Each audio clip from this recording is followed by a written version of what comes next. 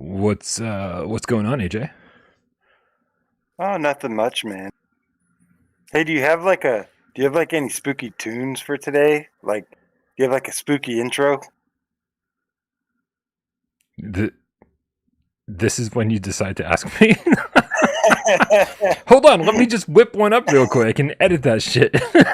Yeah, we got time. Yeah, no, for sure. No, this is as always. Anything we do special on the channel is thrown together last minute. This is a special episode. Someone in chat said, I thought today's show was canceled. What'd I miss? You missed yesterday, apparently. Tommy Morris, this is Monday's show. Yesterday we were definitely busy with some reviews and other stuff. So yeah, this is yesterday's show. And to our benefit, 2 embargoes lifted between yesterday and today. So now we get to talk about even more stuff. AJ, are you ready to do this? Yes, Brian. One game was a trick, and the other was a treat. And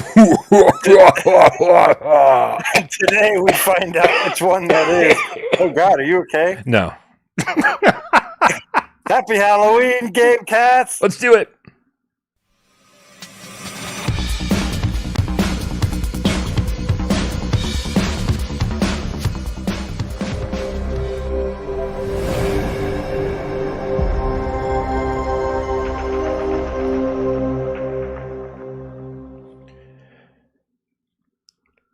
This is PSVR GamesCast Live. We film live every single Monday, Wednesday, and 2 last Friday right here on YouTube. We do it live for your viewing pleasure. I can't do this anymore. This is the worst feeling I've ever had in my life. 6 p.m. Eastern. We do it live on YouTube for your viewing pleasure. That's right. If you like this in your ears for some oral pleasure. I can't pronounce things. Then check out podcast services of your choice. My name is Brian Pop, this channel right here, PSVR without Parole. This gentleman over here to my right, your left. Nope. Switch that. It's AJ from The Underground. PSVR Underground. What is up, Brian? What is up, Game Cats? Happy Halloween. He did it, you guys. He did it. After last year, all the hype, Brian, just like half of October's releases, there was so much hype, and then you didn't wear a costume or anything. And now you've done it, man. So I just want to say I'm proud of you. Well, I need to talk to whoever designed this because I'm pretty sure it's someone over at Meta, because this is the most uncomfortable fucking thing I've ever worn. Like, it's actually digging into my nose. So this is not going to last long. I don't know who designed this shit. Do you know how Brian got his mask? I don't like where this is going. Can I tell them where you got your mask? Oh yeah, absolutely. Yeah. He got it from DoorDash.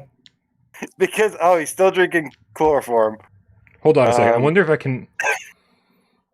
No, these things are really hard to drink out of. Man, that's not going to happen, is it?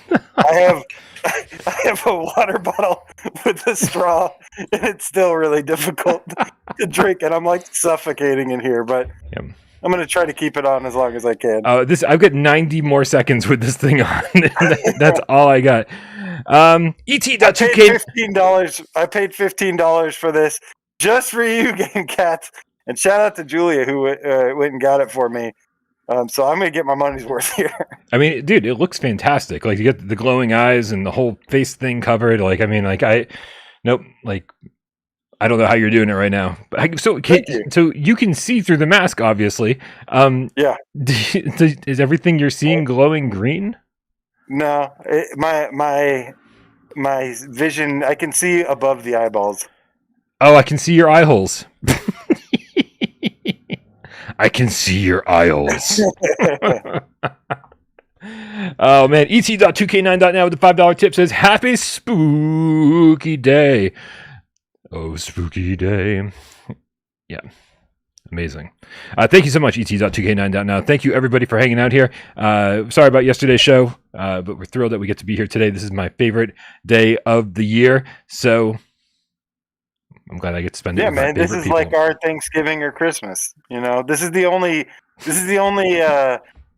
holiday that I really, truly care about and celebrate. And yeah, man. And I thought I was going to have to work late again. and they cut us loose.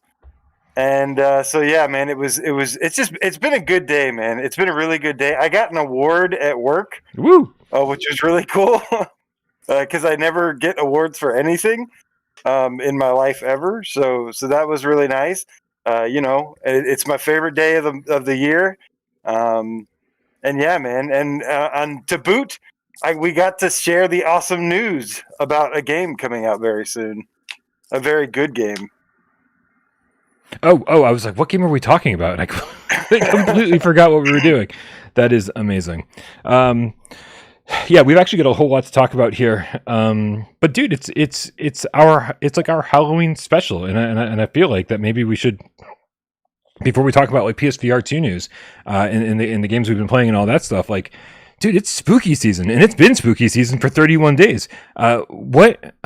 Like, I mean, have you managed to celebrate? I mean, I know you went out to like some, was it Six Flags, and you did that kind of stuff. You talked about that on GAMESCAST, but obviously one of the best things about spooky season is like all the new scary movies and all that kind of shit. Have you watched anything that you could recommend, or maybe even tell people, warn people against? Yeah, I mean, I've really lived it up this Halloween season, so I feel really good. Of course, we kicked off the month. We got a couple cool games like Ghost Signal, Red Matter, but it was Propagation Paradise Hotel was absolutely, for me, like, it was like finally like a great horror game to kick off spooky season in VR. This was supposed to be a huge month, and everything's getting delayed. And then, the ones that didn't, and we got a lot of disappointing games and whatnot, but yeah, man, I went to Six Flags Fright Fest. It was a lot of fun. Super great atmosphere and everything.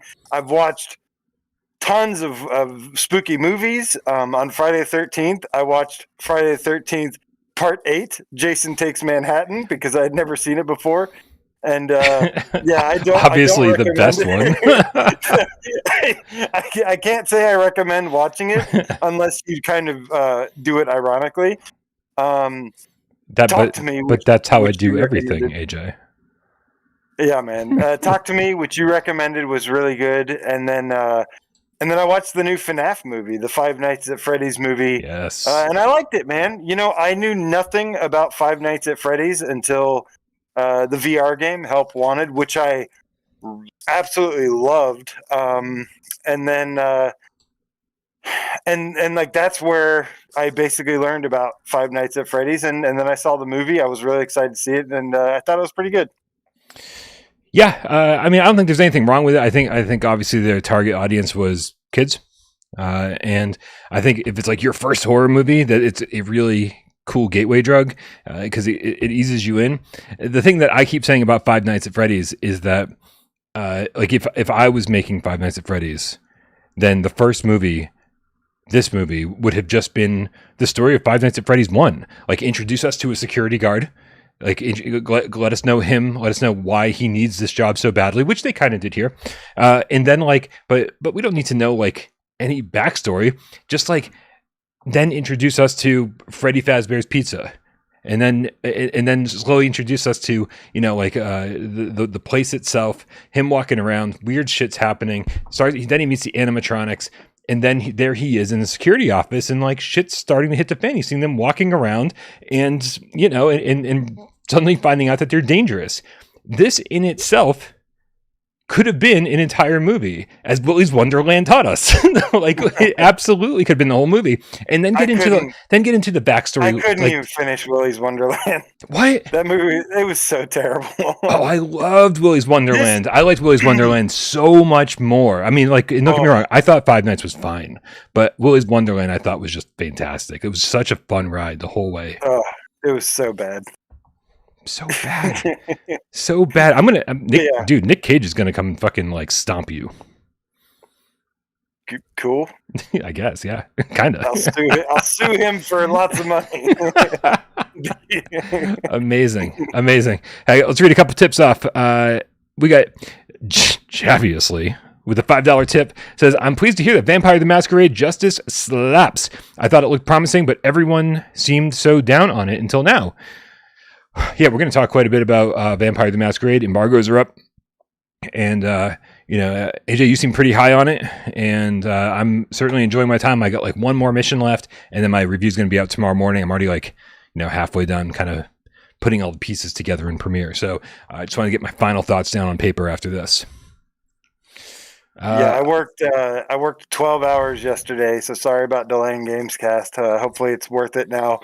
I had like 2 hours when I got home to go to bed, and I did everything I could to make some kind of video on it because I think it's really, really good, like really, really good. And we'll get into it in a little bit and break it down. Hell yeah. We got a Ben L to Game Cat Army with the level 3 membership. Don't forget, you guys, if you become a member over here on YouTube, you can get these quote unquote free tips during the show every so often. I think you get one a month. Happy Halloween, everybody, he says. Stuck at work for 2 more hours, but glad to listen in the best gaming podcast out there. Thank you, Ben L. That is super nice of you. I have listened to all of the other podcasts out there. We are the best. Bit Jello Boy 30, that jiggly gamer cat with the $5 tip says happy Halloween, Brian, AJ, and gamer cats. And game cats. What am I calling people gamer cats for? So formal. I know. Mr. Gamer Cat was my dad. I was actually going to say and the cats, and then I realized he wrote game cats, and then it just all got jumbled up. But thank you guys. Thank you, Bitjello and Ben L and everybody else. Kill Artist won the Dreamweaver Game Cat with the $10 tip says happy Halloween, guys. I picked out my scary movie of the night. Pet Cemetery Bloodlines, streaming on Paramount, looks creepy as hell. I was going to say fuck, so I'm glad I moved it out of the way. Yeah, it is. I've heard awful things about it. so good luck. I hope it's fun to watch. But dude, I saw the Pet Cemetery reboot in the theater a couple years ago. Oh God, did I hate that movie. I remember you talking about that. Yeah, not a fan. Not a fan. I like how Scott, the PSVR Game Cat for Life, he noticed that I still got the beanie on. I didn't even notice that. Chrome Colossus with the $5 tip says, congrats on your award, Terminator Panda, and boo to you scary mouth beard man. Oh, I forget. Where the hell did I put it? Here. They call him Bone Beard. Now that I'm looking at it, it looks kind of Bane-like, and that bothers me. Kind of ruins the whole thing. It's all right. It looks like something you'd wear anyways, honestly. Yeah, I mean, like it looks like something that you'd casually wear. Yeah, I could picture myself rocking like a My Chemical Romance T-shirt in that, and just like going to work. Dude, so Five Nights at Freddy's, again, fine movie. It was pretty much exactly what we expected it to be. I've got to say though that what I didn't expect was how good Hell House Origins turned out to be. I am a big fan of Hell House LLC. That came out like, I think 2016 or something. I can't quite remember. Kind of like this found footage movie about a bunch of people putting on a haunted house in this abandoned hotel. And then throughout the course of the movie, weird shit happens as they're setting it up. Weird shit happens when the haunted house goes live. And you get a little bit of the backstory. The second movie was okay. Third movie was terrible. And so I kind of like, put my expectations in check for this. I was like, this could either be just like further, like even worse than the third one, because they're just going further and further downhill and just doing this cash grab thing.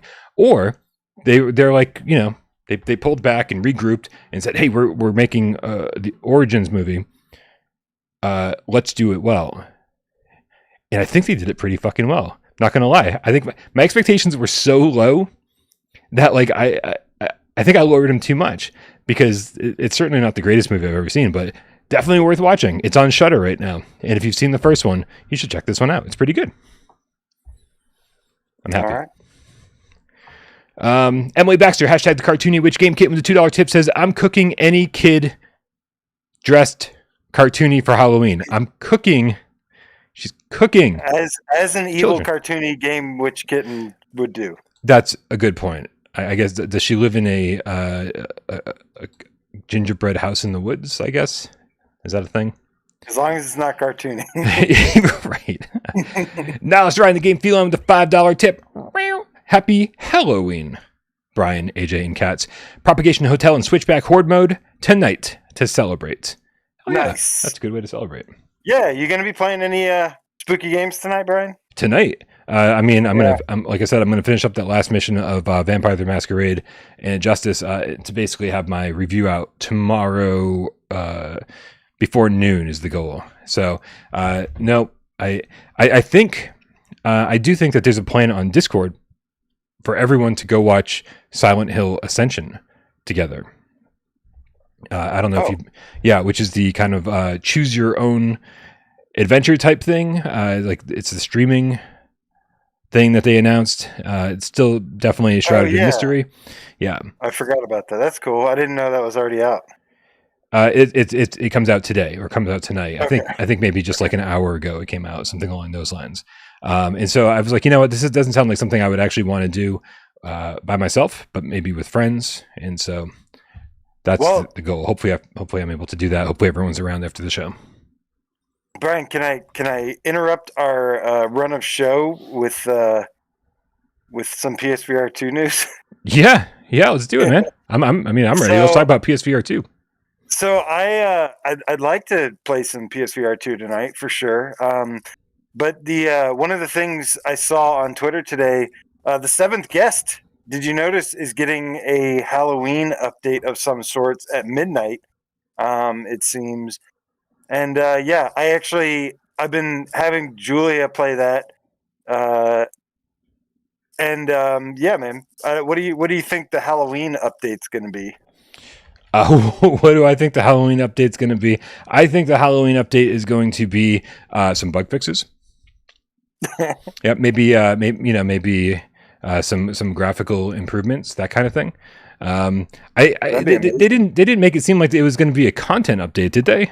They made it seem like, hey, the next shit's going live tonight. What did they actually say on Twitter? Can we clarify? I can take a look. But you know what, man? I realize what it is about the seventh guest that bothers me. They just say, let's see, greetings, honored guests. All Hallows Eve is upon us. I've brewed up a diabolical treat just for you. As the clock nears midnight, a thrilling update awaits you in my mansion. So it does seem like, that could be bug fixes. Oh, wait, you know what's funny? What? Okay, so they say, with this update, the troublesome bugs that dared to haunt your journey were banished. So return to the mansion to face the puzzles anew and let our newest... Oh, come on, man. That... Really? Listen. All that? I'm retweeting that. I thought it was actually something cool. But, yeah, well, that's a weird thing to announce. Like, happy Halloween update. Here's some bug fixes. Like, come on, man. Yeah, who the fuck knows, dude? That sounds so silly. What would make me excited, though, is I've realized why I hate this game so much. Because this is the thing. This is not a bad game. This is not a bad game, right, in my opinion. Mm-hmm. But I do hate it, and I realized why. It was really, really hard to figure out why I hate it so much. I can't wait. It's because you can't play it sitting down. It's like you can maybe mess with the room setup stuff, but I don't really want to do that. Mm-hmm. But this game is like impossible to play sitting down. The seated mode is like broken, and I don't know why nobody else talks about this. Because it's a huge problem for a game where you're just sitting in one spot and solving puzzles. Like, if I'm going to have to be just sitting here, not moving and not doing any actions and just kind of messing with stuff, like, let me sit down and do it. But yeah, man, I realize that's my biggest problem with it. Once they fix the seated mode, where I can just kind of chill and play it like a chill puzzle game, I'll get back into it. I mean, I remember there being an issue with the seated mode, but it didn't prevent me from playing the game. I played about half of this game sitting down. A lot of the stuff is, kind of lower and chest level ish stuff. Like, so, not all of it requires that you see all angles or have a certain height on it. So I didn't have too many problems playing it seated. But I agree with you. I think that needs to be fixed. Foglands had a weird seated problem too, which I just didn't. It's like I don't give a fuck. I'm so disinterested. I have to play more of a physical action game. Yep. It's like I like to play those standing, but this is one I like to play sitting down. Some people are able to play it sitting down. They're like, you can play it sitting down, but you have to adjust the floor height. Well, I did that, and I was still kind of short. So yeah, I don't know. Still a little short. Hope maybe they fix that in this spooky Halloween update. That would be awesome because I actually do want to go back and play it because I do think it's a pretty good game. I can't play it standing up and leaning over the entire time. Yeah.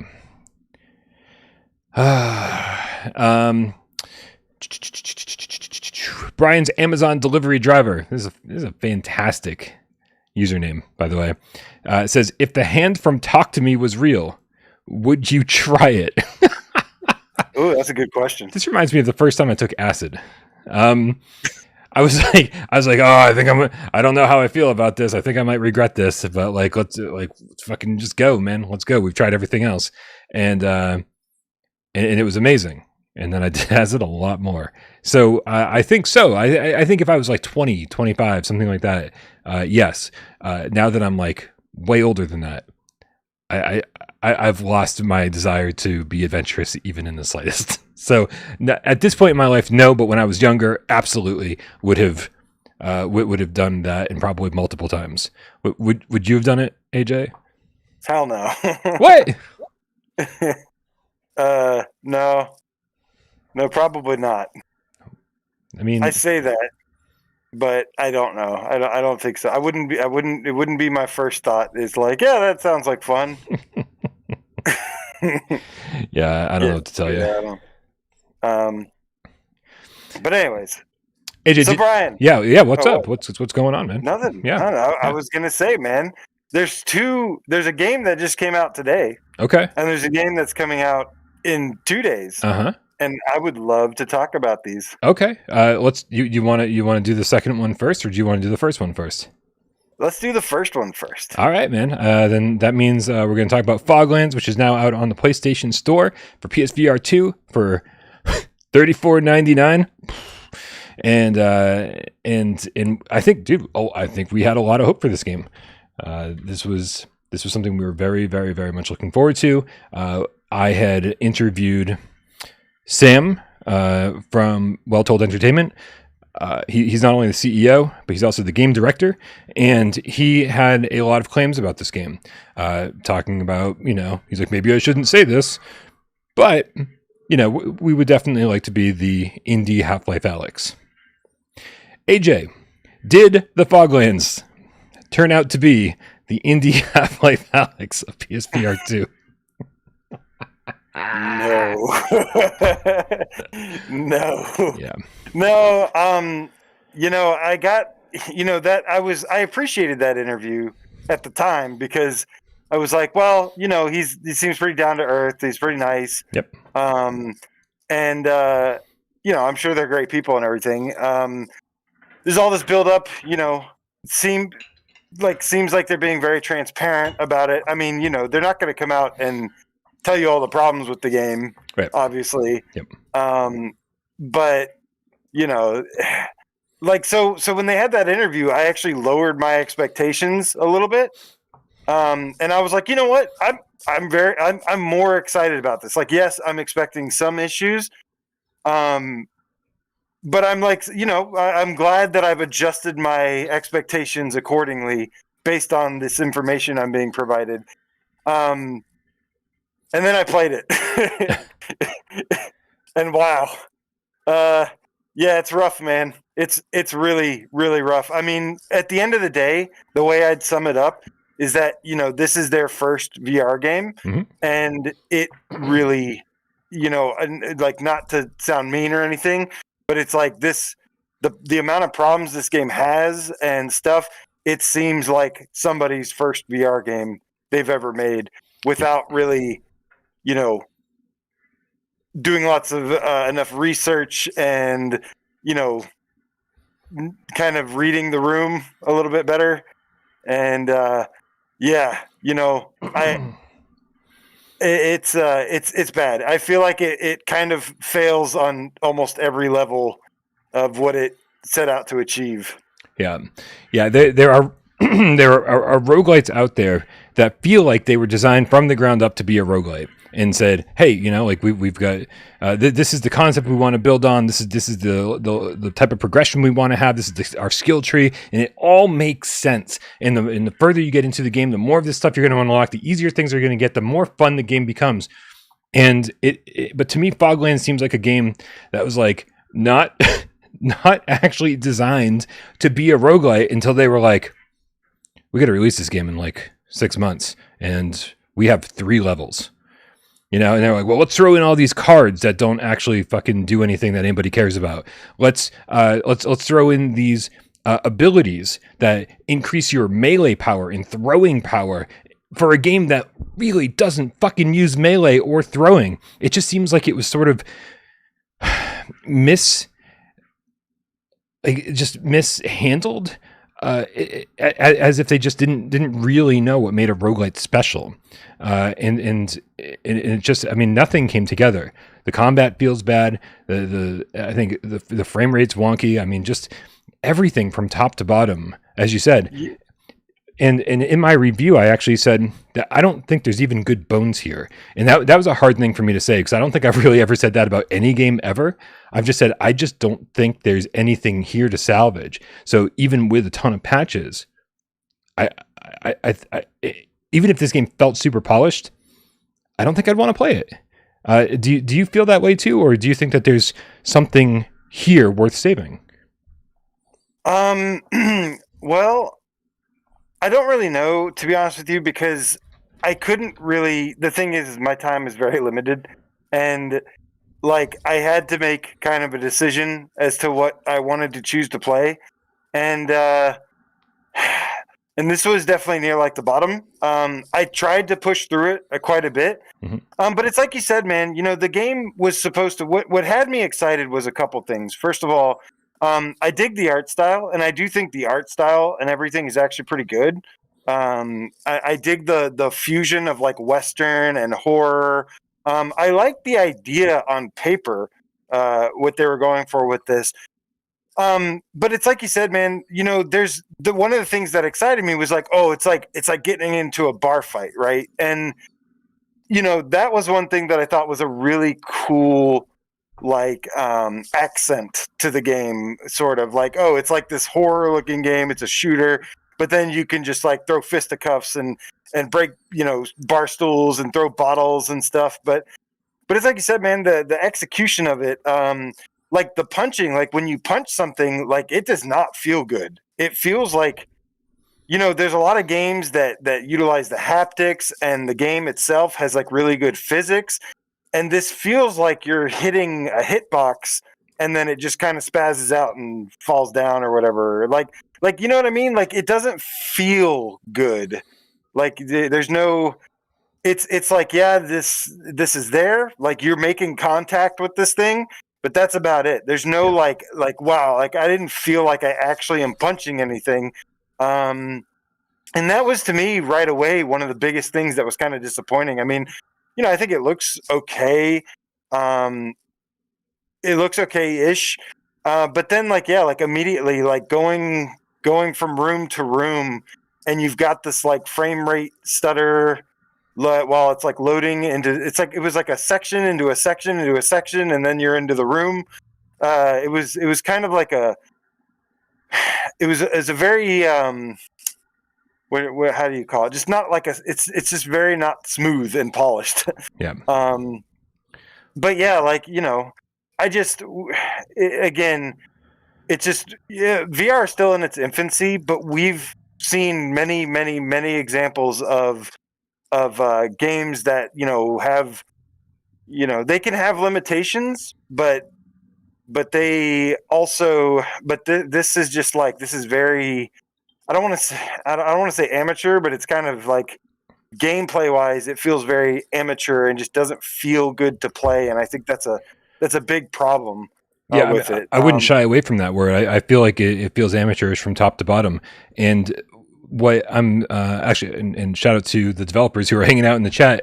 Amazing, you guys are taking this all in stride. We're thrilled that we've certainly seen developers disappear when a game comes out. We've certainly seen developers kind of fight back and retaliate sometimes when they don't hear what they want to hear. And so shout out to Well Told Entertainment for listening to all of this feedback. It can't be easy. So it's awesome that they're here. It's not easy for me either, but right. We just got to speak the honest truth of what we feel about a game, and we're not always right, not always wrong. But I think we're pretty on point here. And I know for you, you're very, very experienced with roguelike mechanics. Mm-hmm. You love roguelikes, so it probably struck a nerve with you a little bit more that it didn't, execute the roguelike system a little bit better as well. For me, I was just looking forward to the gameplay, to the art style, to the atmosphere, and it just was a little flat. So here's the fun part, AJ. And when I say fun, I apologize. This is not fun at all. The day one patch went out today, and getting review keys ahead of time, there's usually a little note in there that says, "Hey, just FYI, these are our plans for the day one patch, and so if you do experience these things, don't worry, they'll be taken care of." And there was certainly that with this game as well.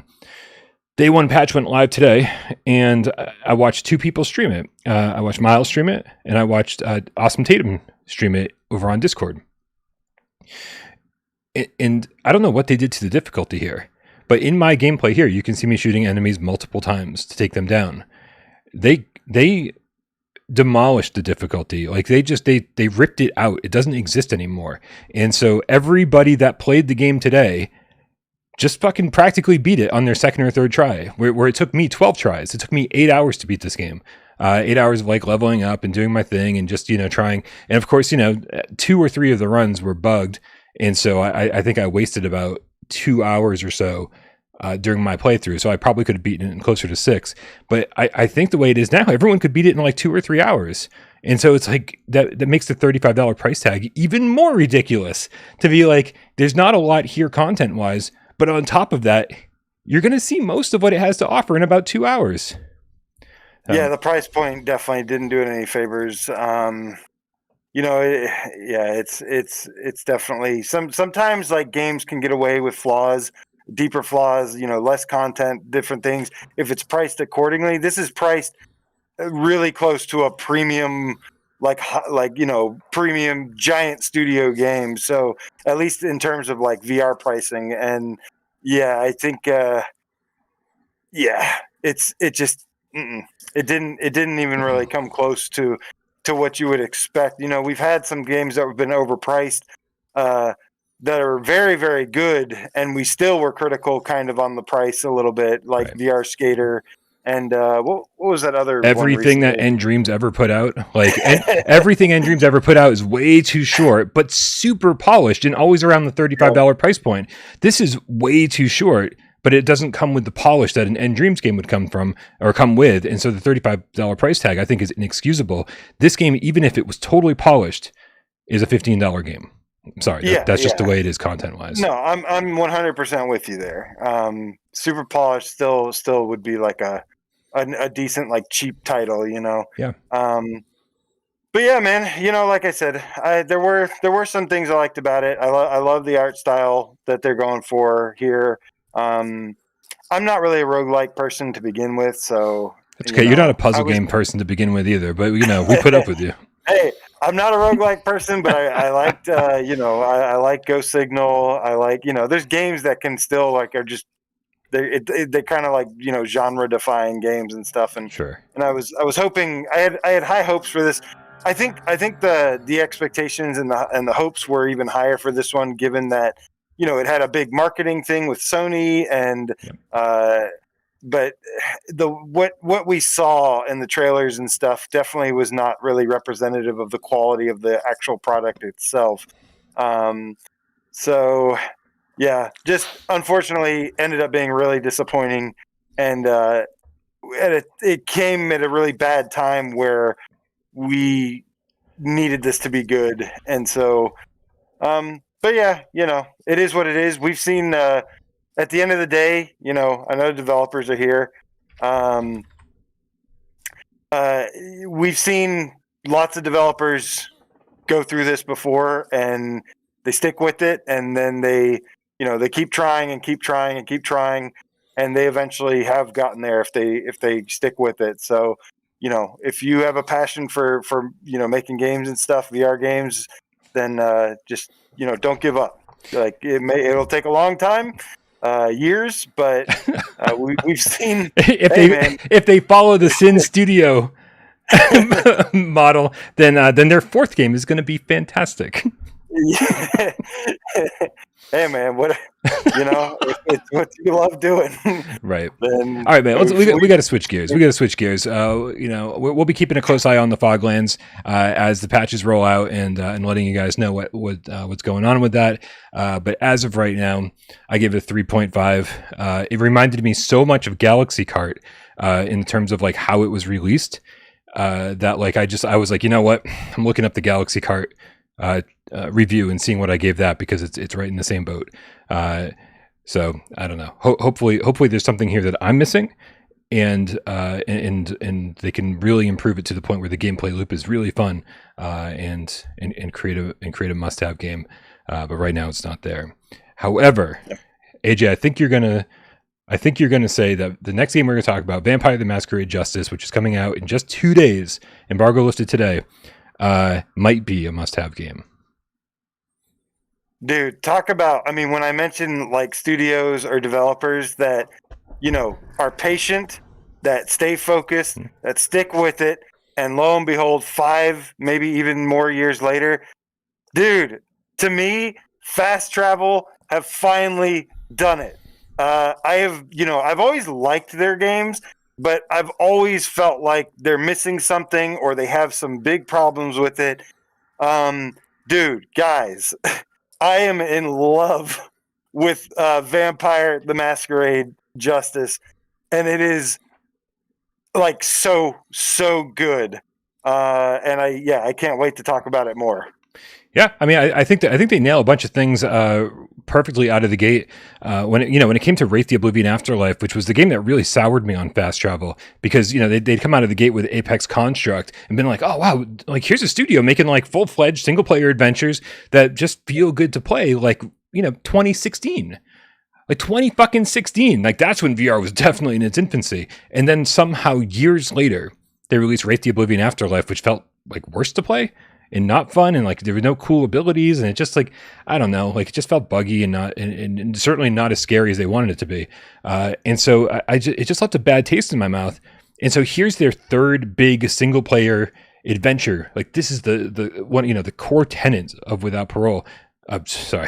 Core tenets of Fast Travel games. Because obviously they've released other smaller games on different platforms, and co-developed games like Ghost Signal, but this is the big tentpole games that they have. And with this, I do think it's a return to form. I'm not as hyped on it as you are. Like I am certainly not like, oh my god, you need to have this. Like I think it's a solid like 7.8, 7.9. It's like around that like higher 7 range. No. Yeah, this is around, dude. This is around a 9 for me. Like this is, this game is pretty amazing in my opinion. I was like, honestly, I was like 8. I was thinking 8.9. Is what I was thinking, like what I would score it. Because I think this game has a lot of qualities to it. Even like, in terms of like mixing a good game with lots of VR mechanics, like the reason we play VR games. I feel like this was like a great balance of the two. Like it's got great VR features, great VR mechanics. It's got lots of different like little mechanics to it that are really, really good. But then on top of it, it's like this. It's got a full length campaign, like 7-8 hours, which is not perfect in every single way. Obviously, rarely games are perfect. It does have a couple minor like flaws here and there, but in terms of like the content, the gameplay, the replay value, all the different mechanics. the deep level of mechanics here really remind me of Saints and Sinners. Honestly, like I find myself in my head comparing this game a lot to Saints and Sinners, except rather than a zombie survival horror game, this is like an Assassin's Creed Dishonored vampire game, where it's set in like Venice, Italy, and stuff. Yeah, I was thinking by the end of it, I was thinking 8.9. I finished the campaign. I still have like secret levels to unlock and play, which are like offer the like, you know, just additional content. Mhm. There's also little targets. There's like 44 targets that are all around the different levels that you can find. And like if you you know, you've got this little hand crossbow thing on your wrist, like similar to Dishonored. And there's like different arrows you can do that serve different purposes. And then and then I saw the price and I was like $30, 9 out of 10.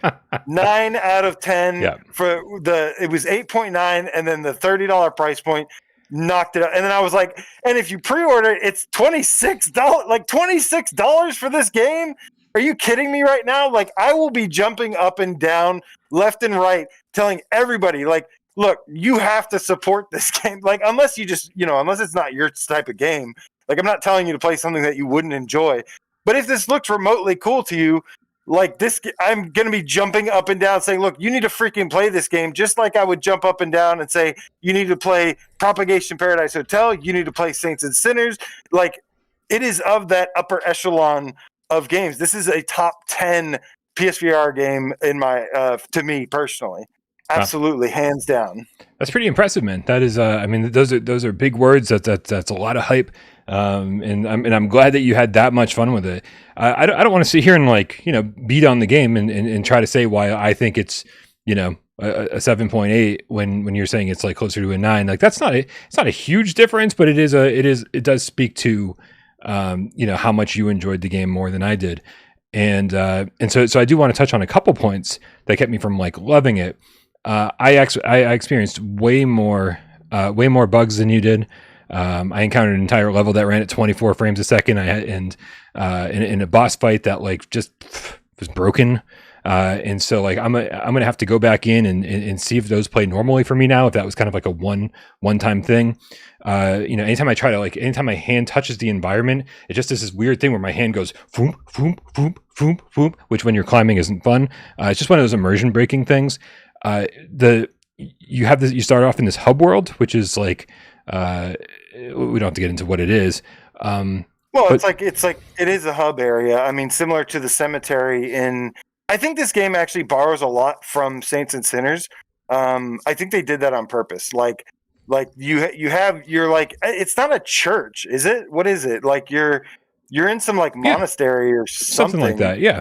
And it's like your hub area, and you've got your upgrade place, you've got your level select place, you got where you start your missions from, where you enter Venice, then but that's like your hub world, and it's got like the little ambient music and stuff.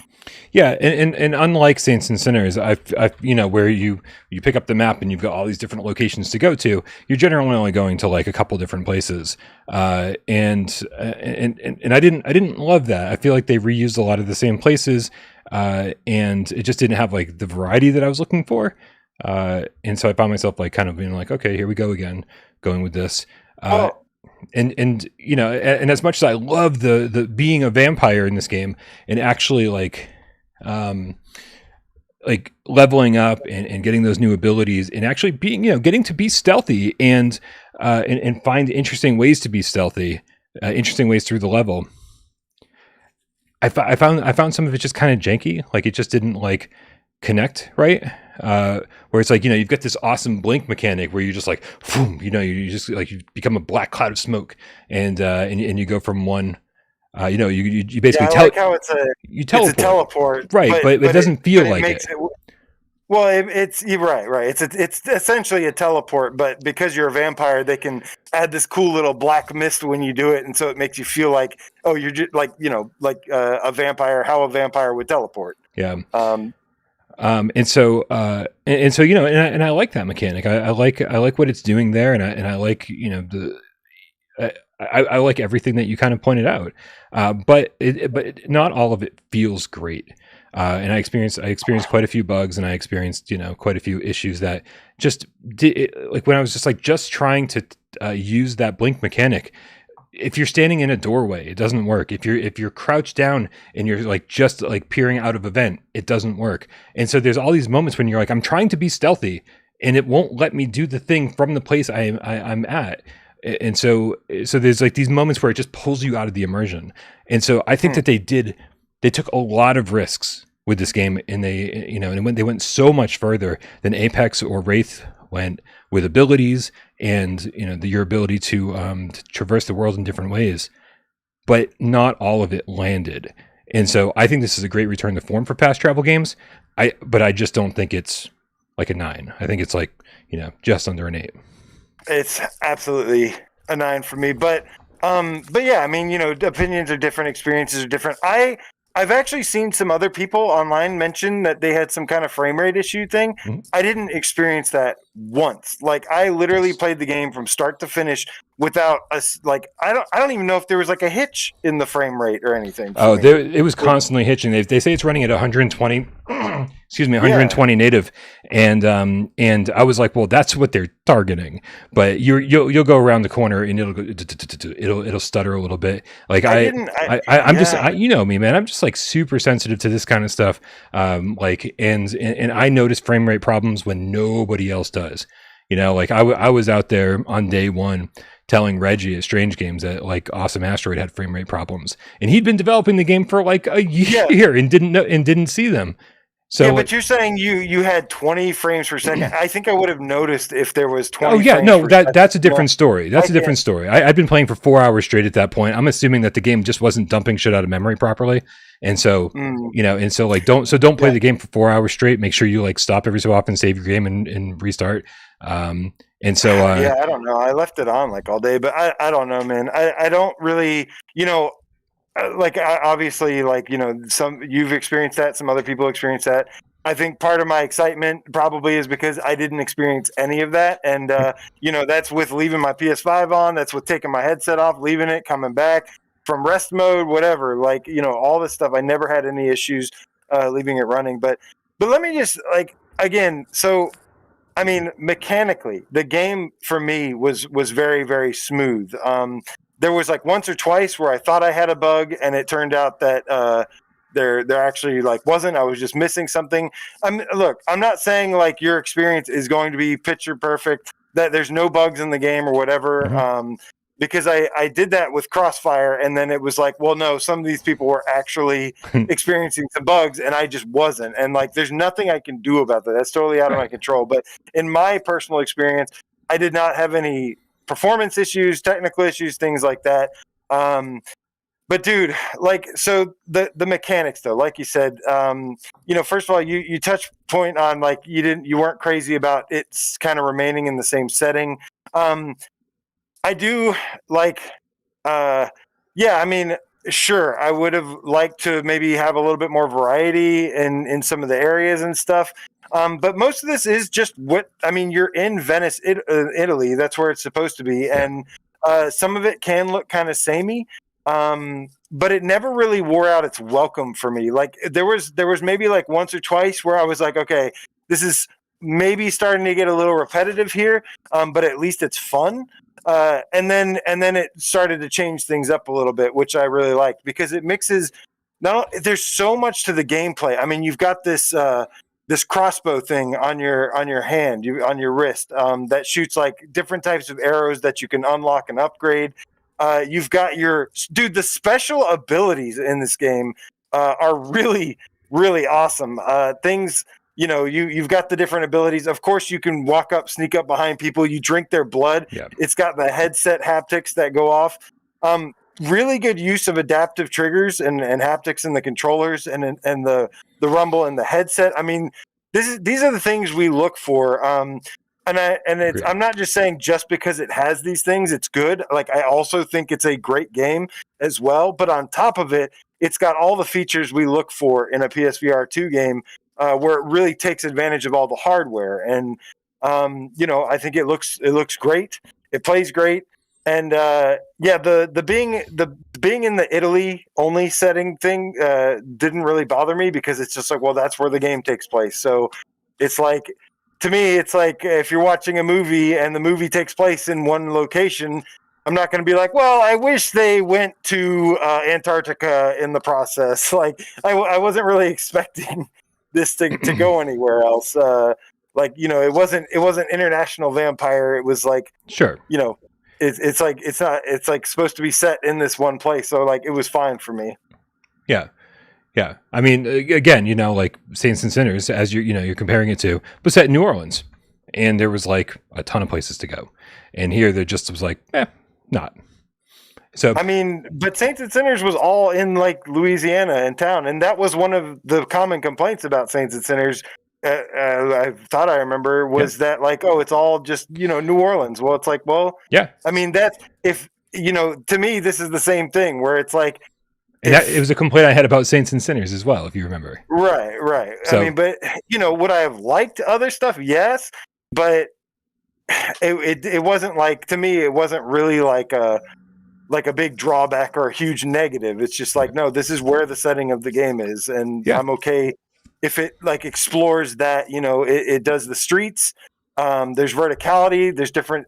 Let me ask you: did you discover like any of the secrets in this game? Like, did you see like any of the cool little secrets anywhere? Or I mean, do we want to spoil things for anybody? No. Yeah, It's I feel like I've seen plenty of secrets. I've spent Okay. a lot of time playing this game. I have one more mission to go, and I mean, this is what I've been doing for the last few days.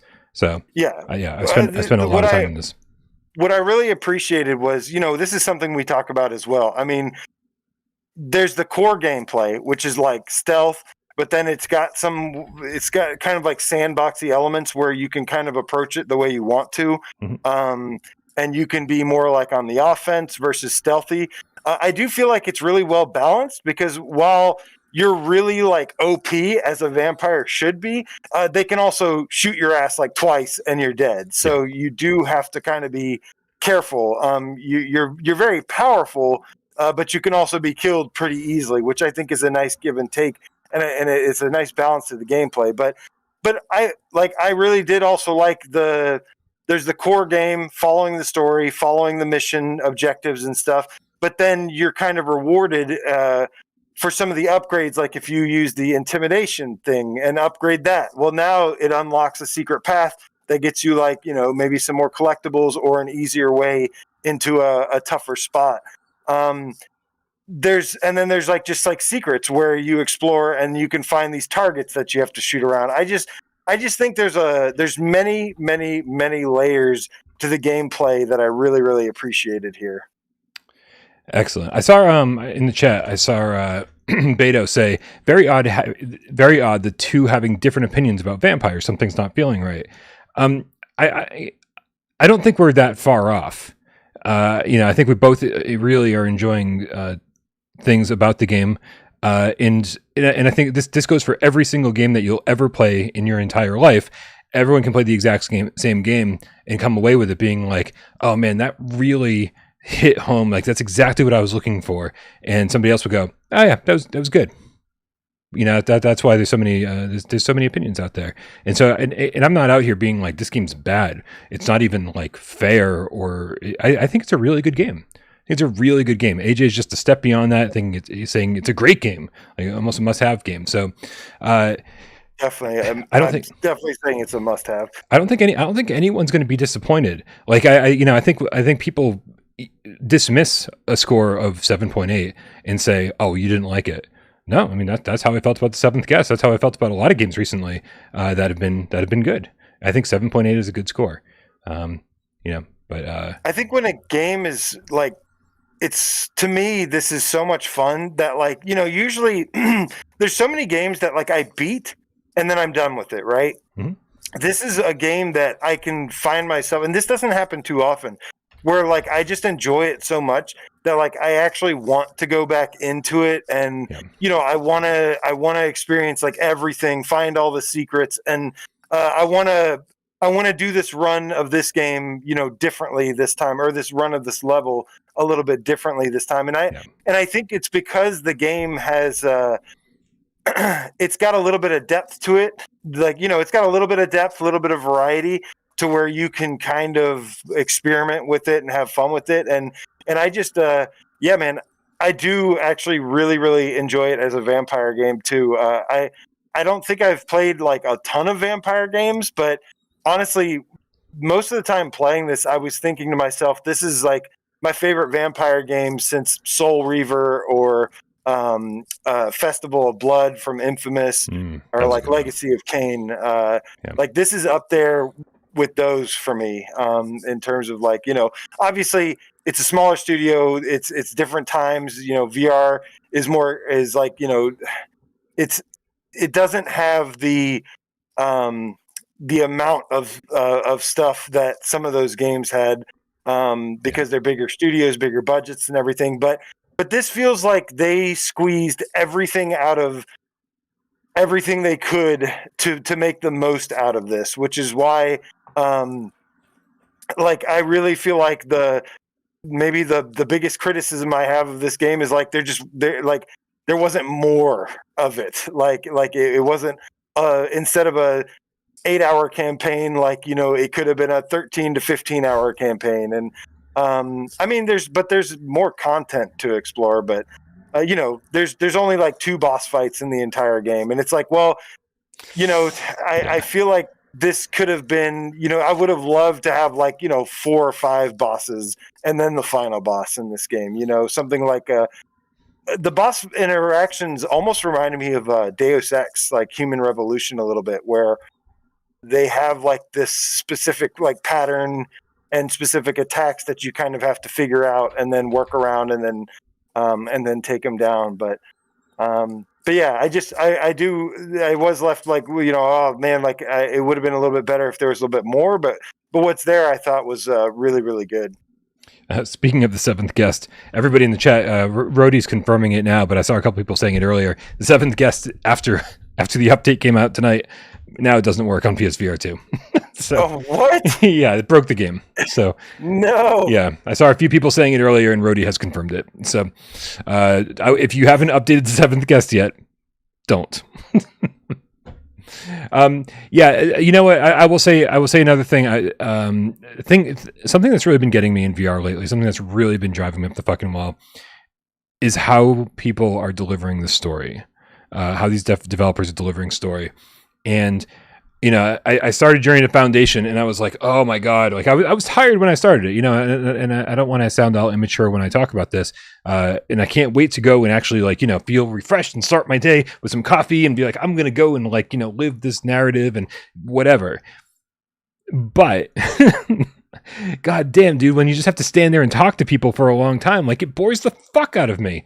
And so and Vampire does that here and there. It delivers all the narrative in a way that I don't appreciate at all. Sometimes you're just sitting there at a desk and staring at a character talk. Sometimes you're just talking to an NPC and just being like, and then you're given these options for responses. Like, do you want to be aggressive? Do you want to be nice? Do you want to intimidate? And I'm like, bro, I don't give a fuck. Like, I didn't care about the story at all in this game. There were moments where I was like, oh, okay, this is cool. It's ramping up. Sorry, sirens on my end.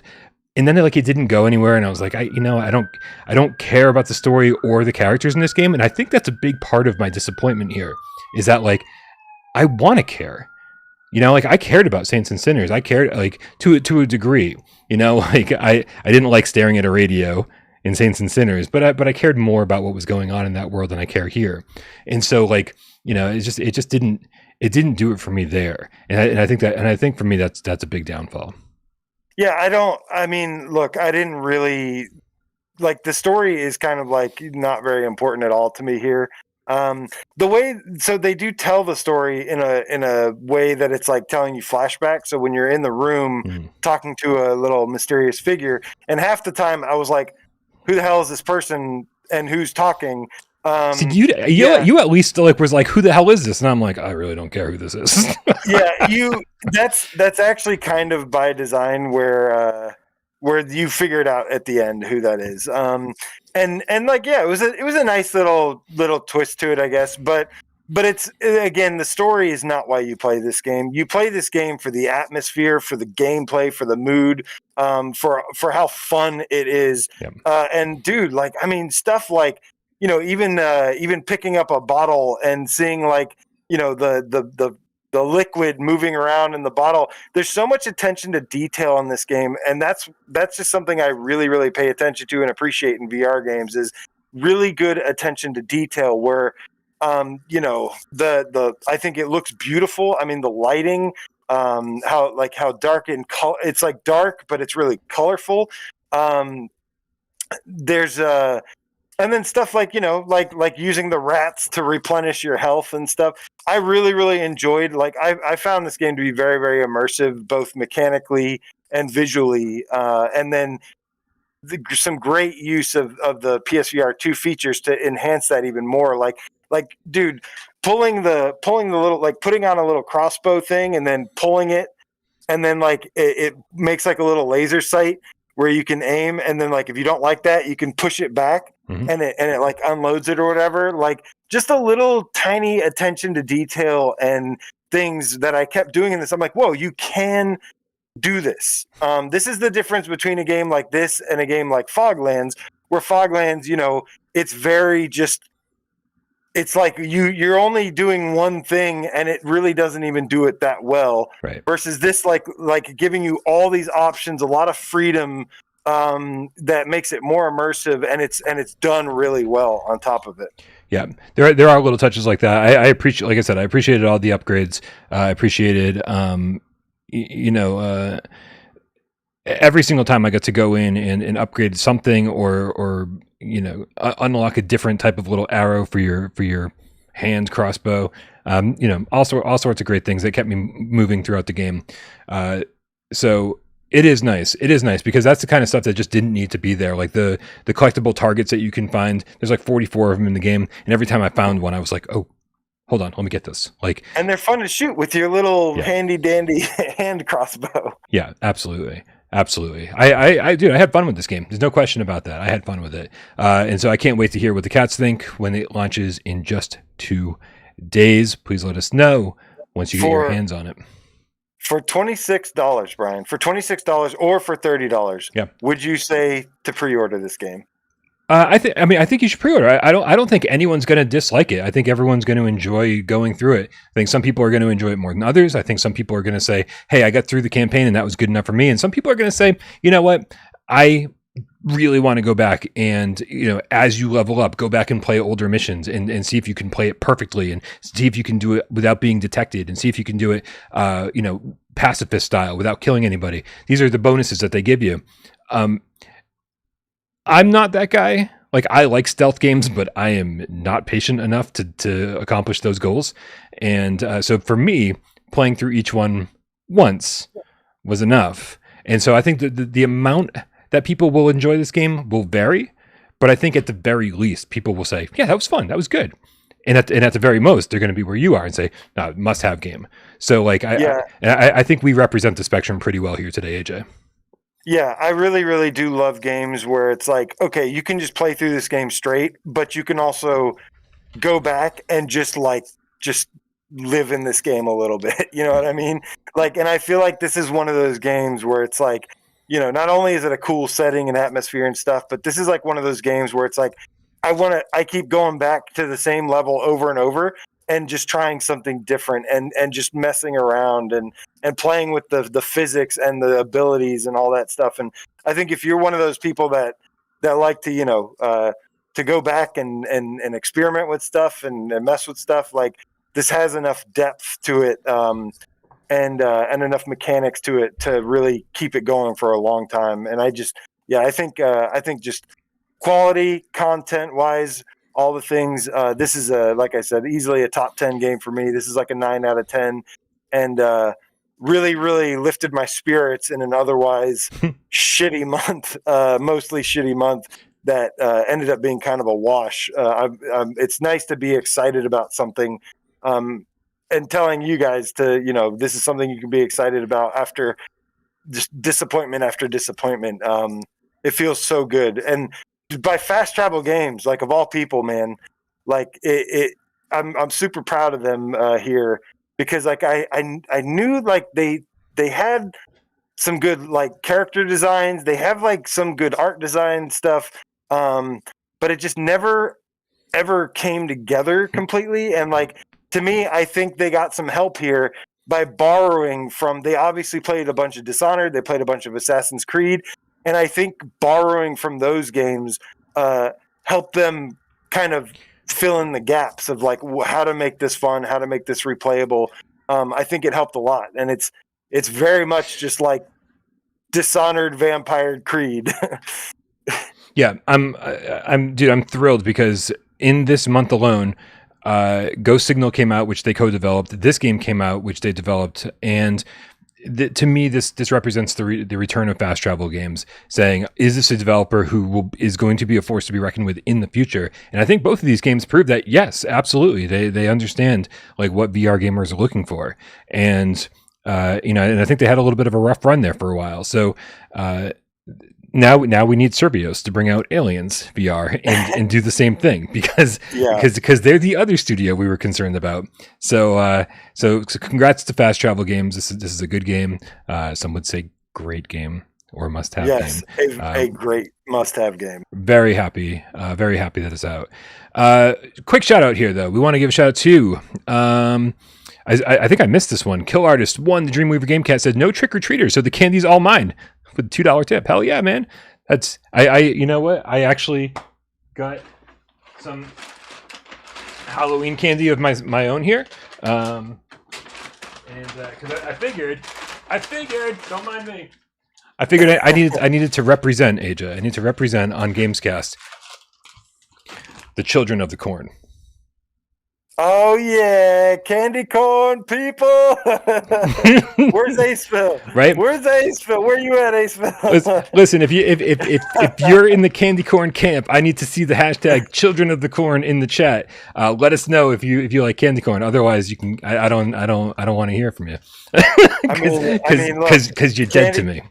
Candy corn is definitely like kind of like the bottom of a trash can scraped up and then like sugar added and then cooked. But that's also Gamescast Live. So I mean, I still love it. Is all I'm saying. Yeah, I was sad though because I was looking for the pumpkin shaped ones because I like the thicker chunks of it that taste exactly the same. But yeah, children of the corn. That's right. There we go. Hell yeah, Blue Jew. Hell yeah, Regos Pantalon. Silver Nexus. Fuck yeah. Nick Mueller said unsubbed. Well, you're our most controversial moderator, Nick. You will be missed though. Anyway, also we also have Virtual Slayer Cat with a Canadian $50 leading the charge today with the biggest tip of the night. It's $50 worth of candy. Woo! Hell yeah. Thank you.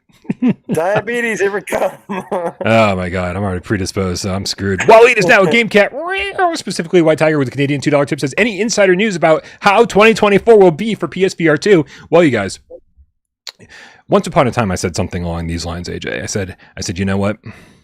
I never want to hide breaking news or anything inside of Gamescast Live. Gamescast Live is supposed to be where we just talk about our opinions of things that we've already done on the channel, like already done a review of a game, already did a breaking news or PSVR this week, right? And then we discussed those things. This should not be the place where news gets revealed. But you know what? You guys are here tonight, and I want to share something special with you.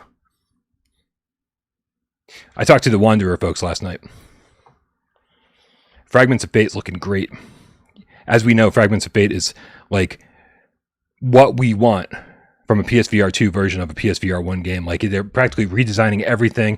You can run, jump, and climb, and all sorts of crazy shit. You can swim now.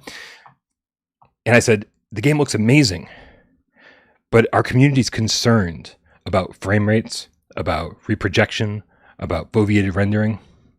Tell me you're using dynamic foveated rendering and targeting a good frame rate. And they said, yes, Brian, we're targeting 90 native.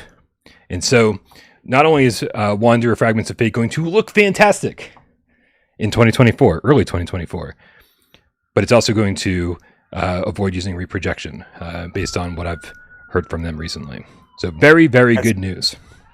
That's good. That is Sirens good news on my because end. the game looked amazing, and reprojection would only take away from it. I mean, some games can get away with looking, with some games can get away. You'd expect them to be like 120 frames per second, like Red Matter gets away with it. Mm-hmm. But a game that looks as good as Wanderer did and Yep. has as much going on as it did, there's a little bit more going on there in the environments and in the world and in the gameplay and the physics and everything. Although Red Matter has really good physics too. So it can definitely get away with the 90 frames per second, like a la Saints and Sinners did it masterfully as well. Yeah. Yeah, this is just one of those games that we're looking forward to, and I just don't want to see any hiccups between now and then. They're going to be revealing more soon, and very, very curious to see what else they have to say, because I think they've got a few secrets up their sleeves, to be honest with you. Dude, they went above and beyond. But you said like they do everything you'd want from a sequel. Like they're doing a lot more than I'd want from a remaster. I mean, yeah. I make it look awesome, and like you said, foveated rendering with eye tracking, and then good frame rate, and then give it good haptics and adaptive triggers. That's really all I ask for. But the fact that they're like redesigning it to be able to do so much more is definitely pretty exciting, because it was already what we've considered one of the best VR games of all time. Yeah. Scott, the PSVR game cap for life in the chat says, what about the upgrade path for Wanderer, Brian? Is there any? Listen, nothing's been confirmed. And I've talked to them about it. I think they're still trying to figure shit out, trying to figure out what's fair. They put in so much work, though. They put in so much work. They put in like a couple of years of work. By the time this is out, they'll have put in like 2 more years of work. It's basically like designing a new game. When you look at something like Racket Fury, who not only tried to charge us $20 all over again, they tried to charge us an extra $10, $30 this time to get a game we already owned. These are the kind of developers that I want to give my money to, that if they say, hey, it's going to be $40 all over again and there's no upgrade path, I'm not going to bat an eye. I'm going to say, yeah, fucking support developers who are willing to put in the time and make these amazing, polished, practically AAA experiences. Like our buddy Jay Meow, who's in the chat, who definitely plays all VR stuff. He puts this up there with Half-Life Alyx, and I think he's said before that it surpasses it in certain ways. And like, whenever you start comparing things to Half-Life Alyx, I think everybody's ears perks up, and you go, whoa, this is a big deal, and now with all the new mechanics, it's like, now it feels more like an action adventure game than ever before. So, yeah, I mean, this was a studio that came out of nowhere and delivered a game that was of like Half-Life Alyx and Saints and Sinners hybrid level greatness. So yeah, for like I don't know if it was their first game or not. I think it was. It was. I think Oddboy and what was the other studio? M Theory. I think they'd both done other things before, but this was their first collaborative effort, and now they've created their own studio, Mighty Eyes. Yeah, dude, we were not excited about this. We were like, "There's no way it's going to be good. $40? Are you out of your mind? What do you think you're doing? Launching on the same day as Zenith? Like, there's no." And this ended up being the winner. I mean, Zenith was obviously a great game, but holy shit, dude, this is. It was for sure. Yep. Anyway, so like, if there's no upgrade path, guys, like fucking. I mean, I don't want to hear it. Like, I really don't. Like, this is one of those exceptions where it's like they put in 2 years of work. Let's reward them for making the games that we want to play. And very seldom are you going to hear me say something like that. Let's see who else we've got here in the tips. Salvador with the level 3 membership. Let's see. Hold on. Something's all broken here. Says, always excited for good games. Y'all the spookiest. Loving the masks. Catch y'all on the replay. Salvador. Future Salvador, how's it going, man? Hopefully you're doing well in the future. I could wink, I would. I can't. I don't have eyelids. Just cover one eye for a second. Wink. TJ Perry with the $2 tip says SOME. Sirens on my end. Oh. I didn't know there was is that an acronym? Or no, what does that actually mean? So, I don't know. So, I don't know what an acronym is, apparently. Man, I don't think that's the right word for it. It's not a homonym. I don't fucking know. Anyway, doesn't matter. I always pushed the wrong button. Dude, so I saw somebody in the chat mention the Madison delay. Yeah. Perp Games Yeah, announced. we got a little bit of news left before we get out of here. Hell yeah. Perp Games announced 2 delays. They, obviously they delayed Vertigo like last week, I think, or the week before. But today or this week we got the announcement that Madison VR and Numata are both being delayed into 2024, and I am thrilled because we've got enough games to play this year. November's looking pretty good, December's looking pretty good, and I'm thrilled that like these games are going to be pushed off and polished and make sure that when they come out they're amazing.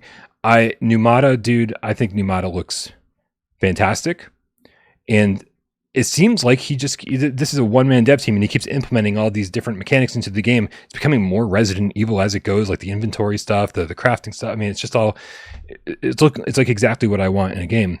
And so I just want to make sure that doesn't get rushed out the door. And, but I'm these are 2 games I'm highly anticipating, and it just makes me more excited for 2024 than I was before. What do you think, man? These are all good things, right? No one's complaining about this.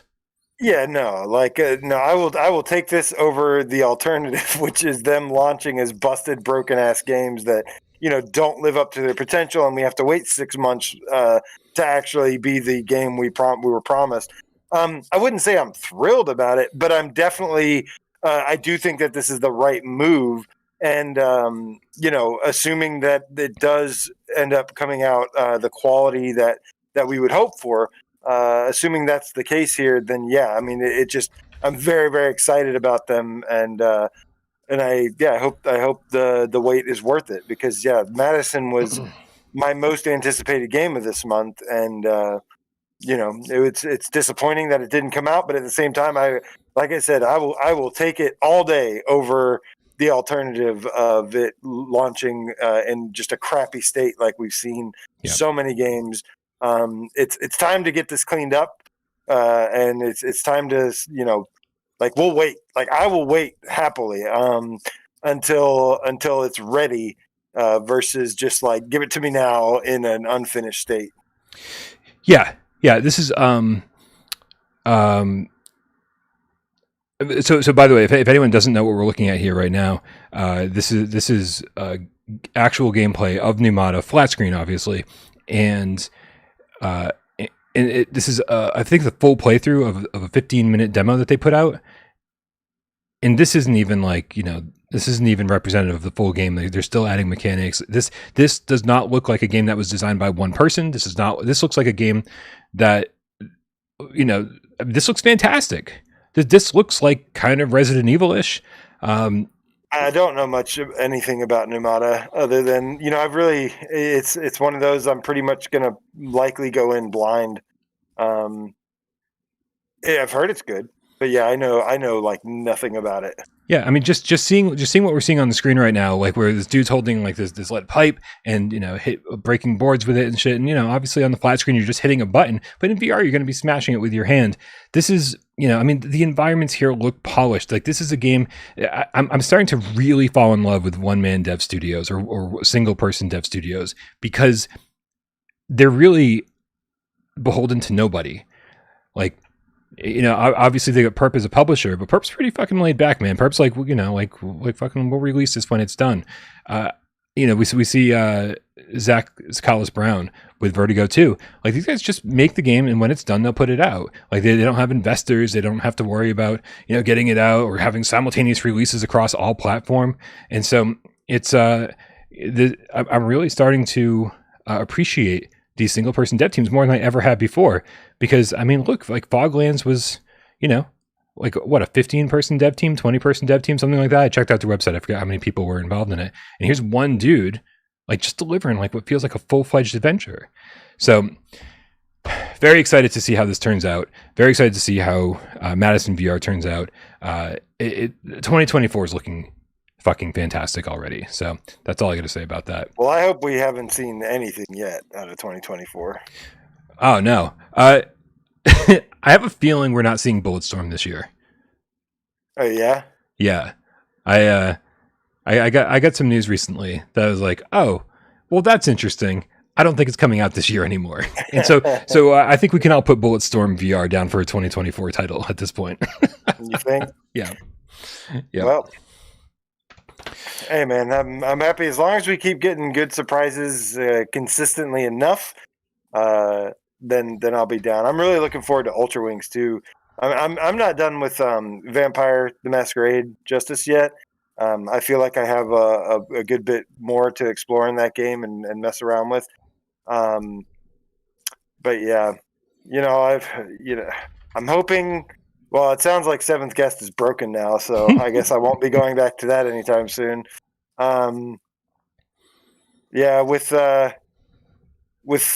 Ghostbusters and Journey to Foundation, I'm like Ghostbusters. I've definitely it was kind of fun at first, but then you play it longer and longer, and you start to see more issues with it, from technical level like crashing to.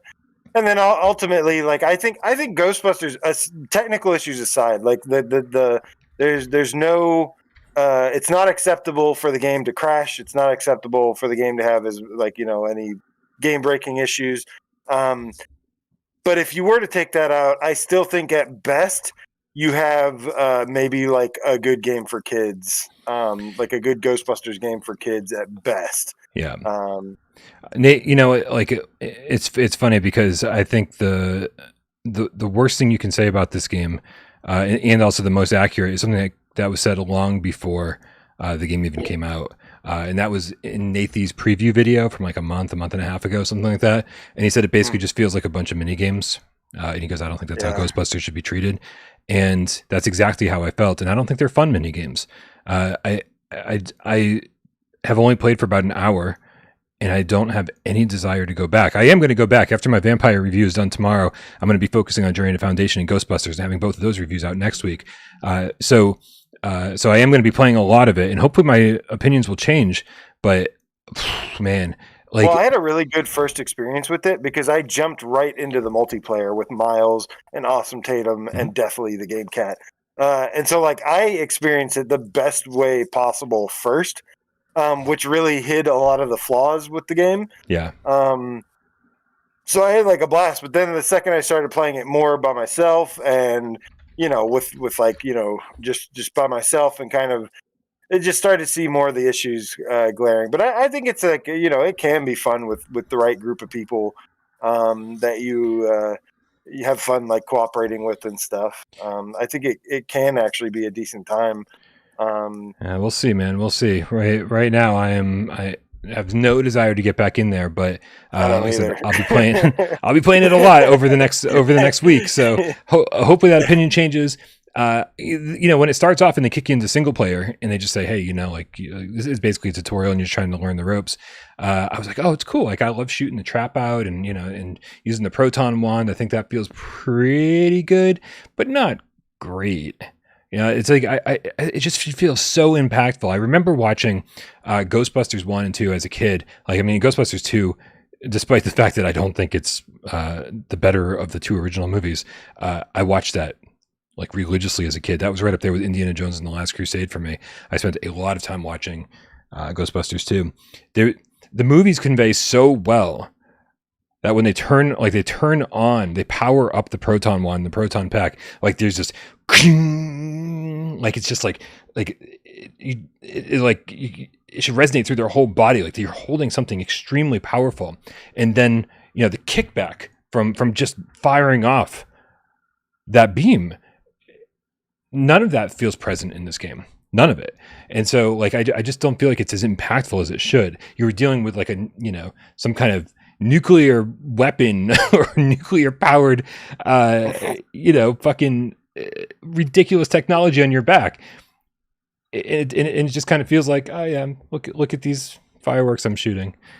So yep.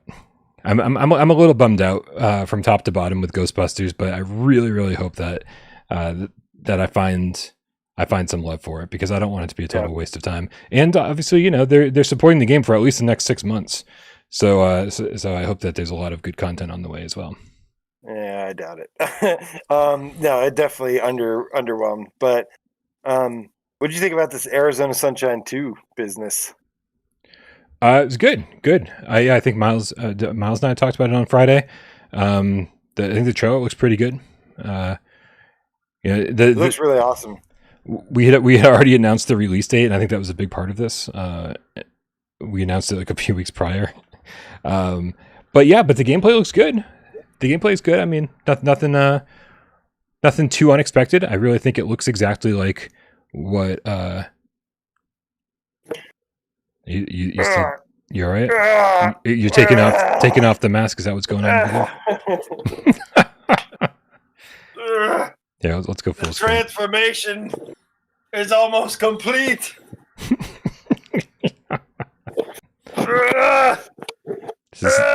This is officially my favorite part of the show so far. Wow. Woo! Happy Halloween, Game Cats. Dude, I wore that mask for a very long time. Yeah, you did. Your face is all sweaty and shit. Oh, wow. Amazing. I love it, though. Nice. Good stuff. That was great. I'm glad I only paid $5 for mine because I could only wear it for about 5 minutes. It's $1 a minute, you guys. I hope you enjoyed it. I got my money's worth out of here. Hey, listen, just think about this while I read Kill Artist tip. NFL Kill Artist with Dreamweaver Game Cat with the $5 tip. Sorry, I started saying one thing and I said something else. He said NFL Pro Era PSVR2 version finally released today. Major patch dropping Friday to address issues as per developer. Did Pro Era 2, did that end up being free for people who own Pro Era 1? Because that's sort of what it seemed like. They took Pro Era 1 off the store, and it feels like this was an upgrade. Did anyone in the chat can confirm that? Would be amazing, but I don't know if that's the case or not. I'm not a football guy, and so I kind of don't care, but I'm interested to hear if it ends up being a good game. The only thing I saw was that maybe now it has like head-to-head, like multiplayer, and so, but I gathered from the trailer, and I didn't really pay too much attention to it to be honest. But I think it's just you're still just playing like one quarterback at a time. Like you're just watching the other team play from the sidelines. I think is maybe what it is, and they're just playing against the AI defense. So that's what I think it is, but I don't know. Okay, Jay Meow says you have to pay $30. Okay, so I think Jay was the one of the reasons I thought it was an upgrade. But yeah, so it is a brand new game, as the title suggests. All right. Well, hopefully it turns out to be good. I'll have to get somebody who cares about football to review that for me. So, any volunteers? I don't think that's going to be anyone on the crew, unfortunately. Not me. Hey, how much did you hear about the Rolling Stones DLC that came out today for Beat Saber? Pretty cool, man. Actually, I was gonna be like, I don't, but no, I do. Because I like the Rolling Stones and I love Beat Saber, and yeah, man. To me, it was we kicked off this gen of Beat Saber with Queen. With Queen, and I love classic rock. Like I'm a big metal guy, but I also really love classic rock and roll, and I'm a rocker at heart, man. So. Yeah, the important thing to me here was what is the track list, and I have the full track list of the pack. Brian, you want to hear it? Oh, I want to hear it. All right, give it to me, baby. By the way, the Rolling Stones, in celebration of Hackney Diamonds, their first album in 18 years. Really? Yes. This features new songs, like 5 or 6 of them, right? Yeah, it seems like some new songs. Let's see, 1, 2, 3, 4, 5. Wow. Yeah. I don't know how I feel about 5 new Rolling Stone songs. Okay, so listen. Why don't you read off the track listing, and because I have a theory, and I hope you're interested in hearing it. But read off the track listing first. Okay, we've got "Angry," which is a new single. "Bite My Head Off," which is a new single. "Can't You Hear Me Knocking," which I don't know why I'm not more familiar with that song. I'd probably recognize it if I heard it. Do you recognize the song? Yeah, I was always more Beatles and Dylan than I was Stones, but I've got a lot of Stones friends, and so I think I know most of the bigger songs. I was definitely more of a Stones guy, but I still wasn't like super obsessed with them. We got "Gimme Shelter," which I love that song. Great song. That's a great song.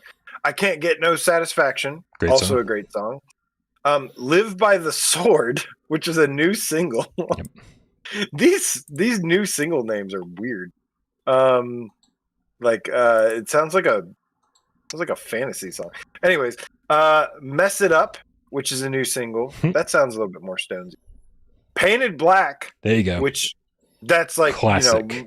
My favorite, probably one of my favorite, if not my favorite song by them. You can thank Twisted Metal Black for that. I forgot about that. "Start Me Up," which is a pretty good song. Yep. "Sympathy for the Devil," another Classic. song I really like. And then "Whole Wide World," which is a new single. Okay, so here's my theory. and first of all, let me say that the 6 songs that are classic Stones songs, great choices. These are ones that people like me and I think actual Rolling Stones fans will appreciate that they chose. These are the definitely must-have songs on a track list like this. Here's what I'm thinking: getting the license for Rolling Stones music must be crazy expensive, right? Like for kind of no matter how big Beat Saber gets, it's never going to be as big as a Guitar Hero or Rock Band, right? The user base in VR is just too fucking small. And so I think what they're doing here, and I think this might explain what happened with the Green Day pack as well, is that they're not going to these, whoever owns the rights. They're not talking to these people and saying, hey, can we license the music? Because that would be crazy expensive. They're never going to make their money back. I think what they're doing is saying, hey, we want to help you promote your new album. And so we're going to get these songs out in front of people along with a couple of your classic songs. And so I think this is more like promotional materials indirectly. Yeah. And I think that's why there's so many fucking new songs on there, is because there was no way they were going to be able to afford this otherwise. Just my theory. Yeah, I think that's their angle for getting an agreement for this, and you see this a lot. I mean, that's why a lot of games, like I'll see The Offspring, and I'm like, oh, cool, The Offspring is in this game. But then what's the song? It's like their most popular song you've heard a billion times or something, and it's like, well, yeah, of course, I don't know. It's fine. I think the classics here, they mixed in some of the good classics. Yeah. So I'm totally happy with this. You got Sympathy for the Devil. You got Painted Black. You got Satisfaction. Gimme Shelter. These are all really, really good songs. Start Me Up even. So I'm totally fine with this. And I'm just excited to have more rock music in Beat Saber because, if I had the time, I'd be playing this right now. Yeah, this is. I haven't bought this. I haven't downloaded it, but it's on my list. I'm absolutely going to, and I'm very, very excited to play some of these songs. And I'm a little curious to hear what new Stones music sounds like. I mean, I'm not super hopeful. I mean, there's like 90% chance it's AI. No. I mean, they've been touring. Haven't they been touring like nonstop for the last 16 years? Like, it's not like they're not. They've got a ton of talent and a ton of somehow these guys are walking skeletons and they've got so much energy on stage still. I don't fucking understand it. Like, I've seen Dylan a bunch of times over the last few years, and like he just like if he stands in one place and if he bends at the knees, the crowd cheers. He's like, oh my god, he's still got it, but Mick Jagger's still dancing around the stage and shit. And so I don't know, I'm sure there's still a whole lot of talent left in these guys. Curious to hear what the new songs sound like, and very happy that we're getting like these bigger, as you said, classic rock bands, and hopefully we'll see more of it. Hopefully this is something that works well for them, and we'll start seeing the much needed variety that people have been complaining about for a while now. Very, very happy that this happened. Yep. Keep it going. Yep. We got a couple tips, AJ, and then we got to fucking play some 20 questions and wrap this sucker up. And let's see who we got here. We've got this Windows being. There we go. We got X8 to Joker 8X. with the 10 euros says, a small tip for you because of the cool show and because AJ took off the mask. Happy Halloween. Thank you so much. He gave you a tip. I just put on the mask. That's what. I see. He gave us a tip because you took it off. Like I thought wearing the mask was going to be the fucking. So if I keep doing that over and over, will you keep donating to Marcelo Malheiros. I don't know how to pronounce that. I'm sorry. With the 5 rupees says, this was a spooky month for us. May October and December bring better times. No more Foglands on our PSVR2. Love you guys. Hugs to all the game cats. Dude, I'm excited for the next few months. It seems like Vertigo 2 is still coming this year. Obviously, shit. I wish I could see the release calendar right now. But there's still plenty of awesome games coming over the next couple months. I think it's going to be a good time. I think we're going to have a great end of the year. And there's still that slim chance that the PlayStation blog was not lying and that we could get Resident Evil 4 in December. There's a rumor going around, AJ, that we're going to have some kind of showcase or state of play or something kind of like mid-December. And I feel like that would be a perfect time for them to say, and Resident Evil 4 out right now on PSVR 2. Bro, not even Sony knows what's going on right now. So anything that happens is just where the cards are falling. There's a lot of shakeup going on. There's a lot of changes underway. So whatever happens. But I don't know, man. I'm not gonna assume anything right now because everything's getting shaken up pretty hard right now. Yeah, things are getting shaken up pretty hard right now. If anybody's been paying attention, like there were a ton of layoffs at Bungie. Apparently, that was all internal. That had nothing to do with Sony. It sounds like a lot of different studios are pissed about Sony pivoting towards games as a service, which rightfully so they should be. And so I think that also got what's her name, Connie Booth. Oh yeah, got fired over this because it sounds like she led a little bit.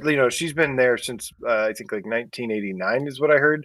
I listened to some of David Jaffe's insights. He's such a troll, but I listened to some of his insights on this just because he has the experience, the knowledge as to like what happened behind the scenes and stuff. He's got the inside baseball, so very knowledgeable in some regards. But yeah, the whole games as a service, people weren't happy about it. A lot of first party studios were being forced to do this, and they weren't happy about it. And it sounded like, if I had to guess here, she was kind of like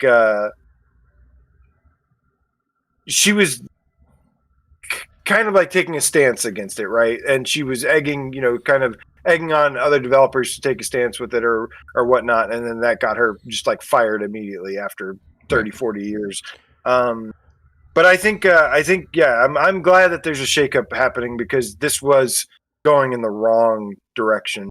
It could be a while before things get back on track again, but I think this was a necessary change, and they're kind of a mess right now. But I just hope when the dust settles, which will be a while, I hope when the dust settles that things kind of get back on track again. Gustavo Barandas in the chat says, Sony needs to wake the fuck up. See, here's the problem.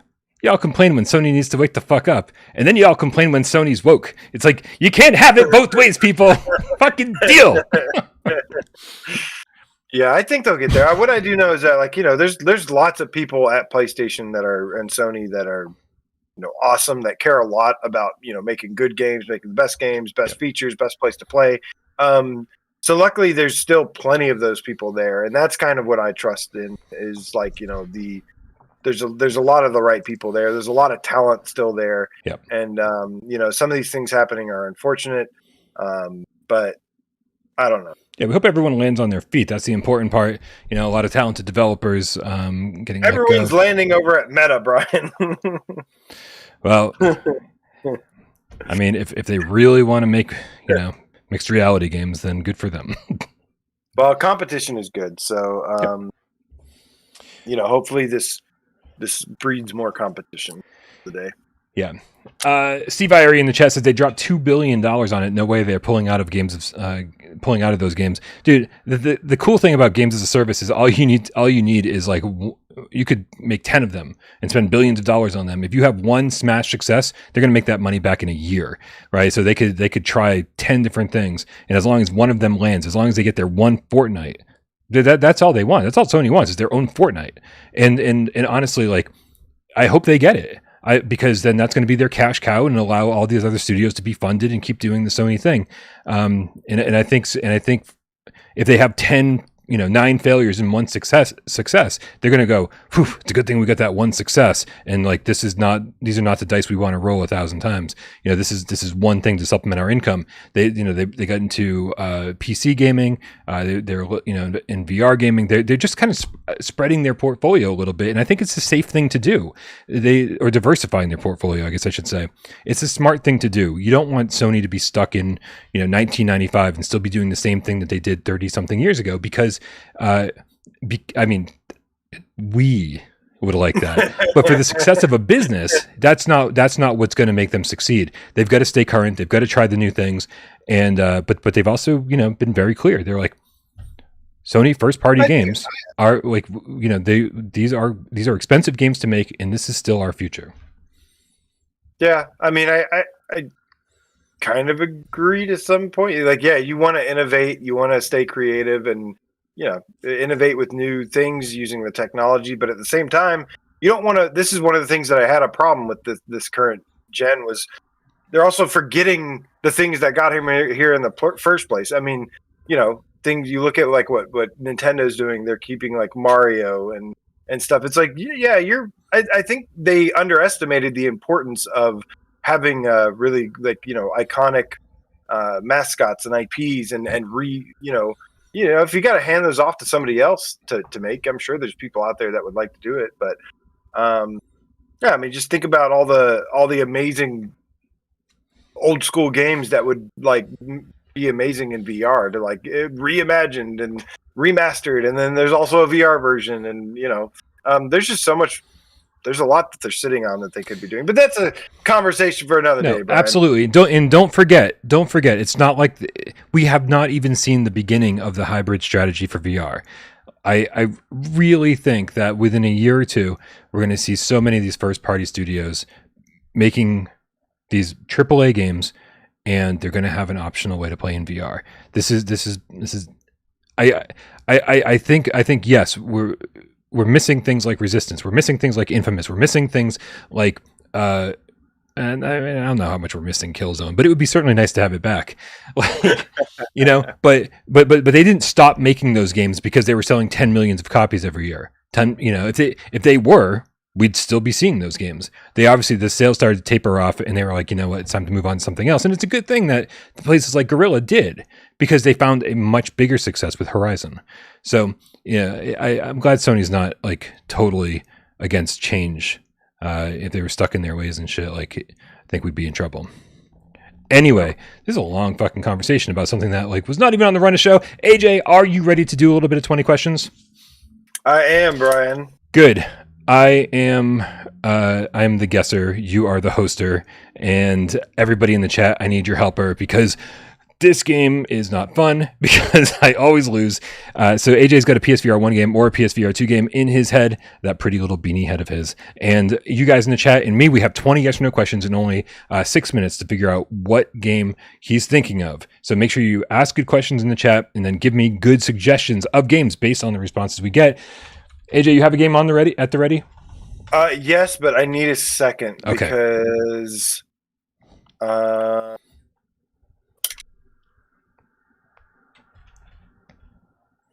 on. There's a thing that I don't want to AJ this right off the bat. I feel like you already are, and we haven't even started. Where I need a little bit of information here, and then I'll be ready. I'm almost ready. Okay. I think I have. Okay. I think I have the thing. Hopefully, this is accurate. Okay. Number 1, is it No Man's Sky? Just kidding. All right, here we go. You lose. You lose. I didn't even start the timer yet. So it's not official. On my mark, get Des. Go. Is it No Man's Sky? No. Is this game on PSVR 1? Yes. Is this game also on PSVR 2? No. Okay. Do you do a lot of shooting in this game? Guns? No. Okay, that's a bad sign. I already don't know what this is. Is it a puzzle game? No. Okay. Are you shooting something other than guns, like maybe magic or arrows, that kind of thing? You might be able to. I don't think that's an answer. I won't count that one. All right. Back to 4. Okay. Okay, I'm gonna go with Old Darth. Is it based on a known IP? Yes, it is actually. Ooh, that's good. Are you in a vehicle in this game?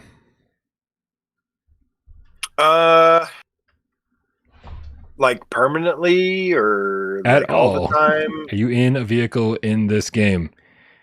I don't know. I don't think so. Maybe sometimes, but mostly no. I'm gonna put vehicle question mark. I'm gonna say no. Okay. But son of A or I says, is it cartoony? God damn. Wait, what the fuck is going on right now? These are the easiest questions ever. I didn't throw any curveballs here. Not everything is so simple and black and white, Brian. Not everything is a yes or no question. GC13 in the chat says Batman Arkham. I don't. While my instincts want to say no, this is not cartoony. I'm gonna say yes, it is cartoony, but it might not. Oh my fucking god! I'm really trying here. I'm not. So you're saying yes, cartoony. Okay. I say yes, but there may be some other better term for it. Dishing access permission to treat AJ as a hostile witness. Yes, yes, indeed. Okay. Is this based on a comic book property? No. Okay, that eliminates Batman. That eliminates Iron Man. Is this based on a property of an old, like an older video game? Like a retro game? Something that came out prior to this game. Is it in a existing franchise? Yes. Okay. So an IP that had games prior, not comic book. So this isn't Saints and Sinners because that's based on the comic book. Although it could be, no, it really trying. Here. Couldn't be the other Walking Dead game because that uses a lot of guns. Okay, they're yelling at me to say yes or no, so I'm going to do my best just to say yes or no here.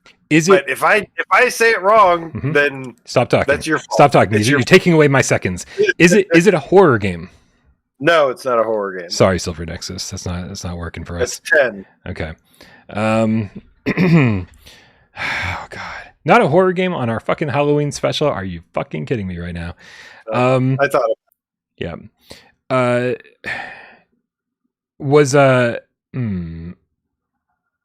Is this a good game? Like, would it ever be a contender for top 25? I think it was. Okay, that means it's not Tarzan Ian Stanbridge. So definitely not Tarzan. Okay. I mean, I would say no, but okay. You and other people would probably say yes. Interesting. Let's say this. Was this a VR offshoot of an existing franchise?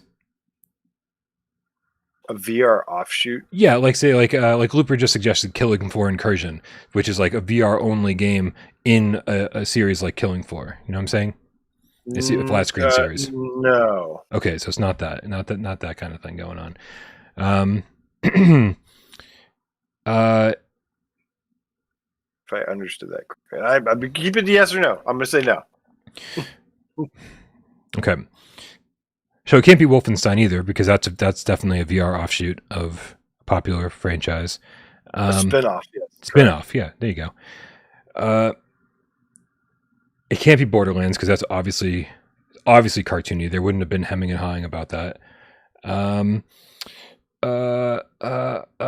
Is this fully first person game, or is there any third person elements to it?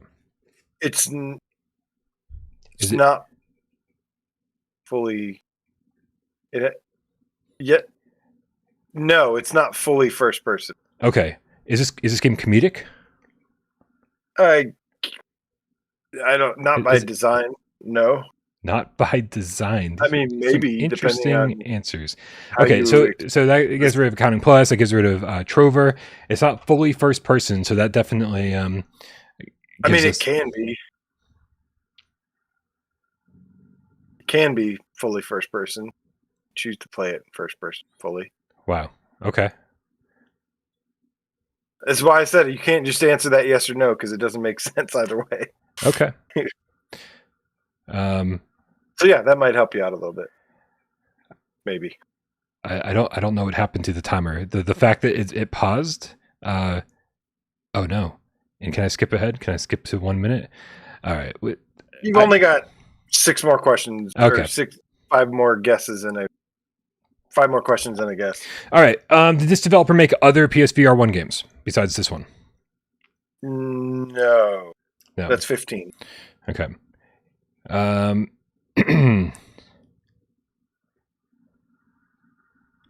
It can't be Dreams. It can't be Dreams. Is there a creative mode in this? Can you make shareable content?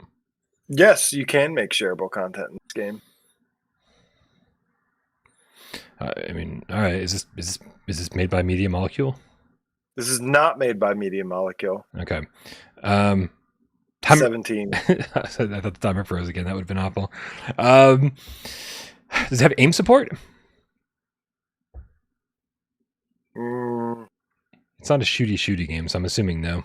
No, this definitely does not have aim support. Definitely does not have aim support. Yep, Skyrim is only first person in VR. You get 1 more question and a guess. All right. It can't be Rec Room because there's no creative mode.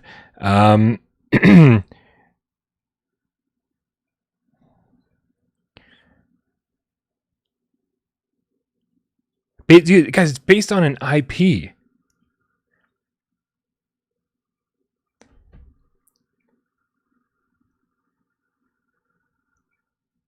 Is this? Time's up, Ryan. Okay, this is. I'm going to go with. Time's up. Is this? Time's up. No. Okay. No, what? Time's up. You lose. I still got 4 minutes and 10 seconds left. No. Yeah. Minecraft has a creative mode as well, you guys. It's definitely not it, and that is absolutely cartoony, no question about it. Wait, what? Minecraft. Everyone in the chat saying Minecraft, but it's obviously not based on the answers we've gotten. How's that? Because we asked if there's a creative mode, like something you can share with other people, and that is like a huge part of Minecraft is creating worlds and sharing them with people. And yeah, and I said there is. I said yes to. Oh. Well, then, is it Minecraft? Brian, released around September 22nd of 2020. This comes to us as a VR hybrid title. One of the first VR hybrids, Brian. It is, of course, the voxel art game where you can create content for by Mojang. It is, in fact, on the 19th question. The chat was right. Minecraft. Yeah, I don't know how I feel about this. Yeah, the whole chat's saying that I said yes. Okay. This is, I mean, dude, I'm sorry. I definitely think this is cartoony, but... I said yes, it was cartoony. Oh, yeah, you did. Well, yeah, you hemming hot over it. And so I was like, well, there's definitely something about it. But I will... because it's not... Yep. It's not traditional cartoony. Mm-hmm. Like, it's voxel art, isn't it? Yep. But everything in it is very cartoony. Cartoony so voxel art. Okay. Well, I still said yes. I still said yes. You did say yes. Yes. Yes. Yeah. The chat is against you, but but it doesn't matter. It was still fun, and sorry, I definitely was not paying close enough attention to the creative mode because that was on my list. Honestly, I wasn't even sure if it had a creative mode. I just know that Minecraft in general does, so I was like, sure. I honestly hate Minecraft. Like, I didn't enjoy this at all. I don't like this game one bit. How do you really feel? I was like, oh man, finally VR will be the thing that gets me into this mega popular thing that like 100 billion people play. Nope, didn't do it. In fact, I hated it. But I'm glad other people enjoyed it, and it was cool to see that a Microsoft exclusive got VR support out of the blue. Yeah. Really good stuff.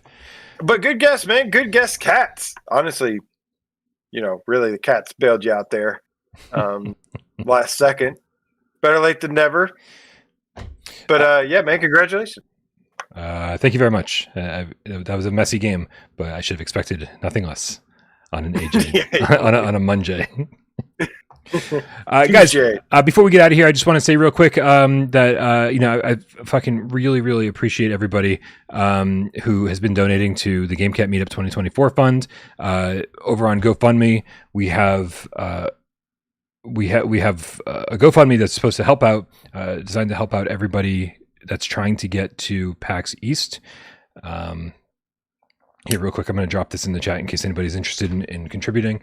But it's just, we're just finding it super fucking expensive to get the GameCat Meetup 2024 going. PAX East tickets are really expensive. Hotels are really expensive. Plane fares are really expensive. And we wanted to make sure that every host made it to the show and it made it to the meetup. And even if you're not going to the meetup, obviously, like, we all want to be there for the people who are going, because we don't want you traveling across country or from another country and then being like, oh, I was here to meet Miles or AJ or Wes or Brian, and then one of us not being there or two of us not being there. And so there's that, but also we want to do a GamesCast live from PAX, so that, like, renting a panel room and doing that and doing an actual live episode of GamesCast Live, in all four of us being on stage and doing it in front of a live audience with viewers who can come up and participate in the show, ask actual viewer takeover questions, and then airing that live on GamesCast. We want this to be a special event that everybody can enjoy. So that's why we're asking for your help, because we really don't want this to be like this half-assed event and some of us not show up for it. And as I said, it's getting really expensive. I can only assume it's going to be a couple grand to rent a panel room. I've never done it before. So we really do appreciate everyone's help. And I can't believe it. AJ, I don't know if you saw this. We've got a $5,000 goal here, which I don't actually think is going to cover nearly what we need, but I didn't want to be like $10,000. Thank you so much. $5,000 goal. We're already, 20% of the way there. The cats have already donated $1,105, and that is amazing. So thank you everybody for your generosity and trying to help us out. We appreciate you all so much. This community proves itself over and over and over again as the best fucking community on the internet. That's incredible. Yeah, it does not go unappreciated. So thank you guys again for that. All right, man. Well, AJ, it's time for us to get out of here. Thank you for hanging out with me on Halloween. I'm going to go over to Discord, have some fun over there. I'm going to see what the cats are doing. Hopefully we're going to watch some Silent Hill Ascension, see if anybody's streaming anything horror related. Oh, hey, it's my cat's butt. And that's it, man. I hope everyone has a safe rest of Halloween and enjoying some spooky movies. Go check out Hell House LLC and then Hell House Origins. If you haven't watched Grave Encounters yet, make sure you do that, because AJ and I are fans of that one. Did you like Grave Encounters too? Our friendship was formed around Grave Encounters. I think that's actually true. Yeah. I don't. Yeah. I don't think I don't remember it really well. I do remember some of it. I think I remember liking it, maybe not as much as the first, but which is a funny thing to say in itself. But yeah, I think it was from what I remember. All right. Well, guys, thank you again. We love you all. Have a wonderful night. we appreciate everybody who helps this channel run, from everybody from the moderators who make my life infinitely easier. They deal with constant crap all day, every day that I am so happy I don't have to deal with. You guys are awesome. Sci-Fi Game Cat Henry that puts timestamps into this thing after the fact. Rypop who uploads this on podcast services of your choice. There's a lot of people that listen to this thing. Make sure you rate it over there on whatever podcast service you listen to it on, because that just helps us get into more recommendation feeds. So thank you guys very much for that. Appreciate everybody who donates during the show, everybody who supports us on Patreon, everyone who is a member over here, everybody who helps during 20 questions, because God knows I need it, and everybody who sits back and watches the show and doesn't say a goddamn word. We know you're out there and we love you just as much. It's Monday, AJ. May I cue the cat? It's not Monday. Cue the cat, Brian. It's Tuesday, but we're going to do it. Say, have a happy and safe Halloween to move, Master Mick. Dan Kiefer, Sash the Dash, says happy Halloween, I don't know if I can sit through 2 minutes of this. The time Pepsi Cat, RFN, all wrap it up. Scott, the PSVR Game Cat for Life, says happy 55 days till Christmas Day. What? Secrets of, yeah. No, it's happy 365 days till next Halloween, Scott. Leatherfaceville VR, there he is, the Children of the Corn representing in the house tonight. Team Children of the Corn. Ben Dawson, happy Halloween to you as well. You guys have a fun and safe time. Bambino Ramos, happy Halloween. Guyson, fist bump to you. Super Galaxy Godstar, later to you. Charlie Murphy, good to see you. Says, don't forget me, bro. I won't forget you, bro. Good to see you, man. Virtual Slayer Cat.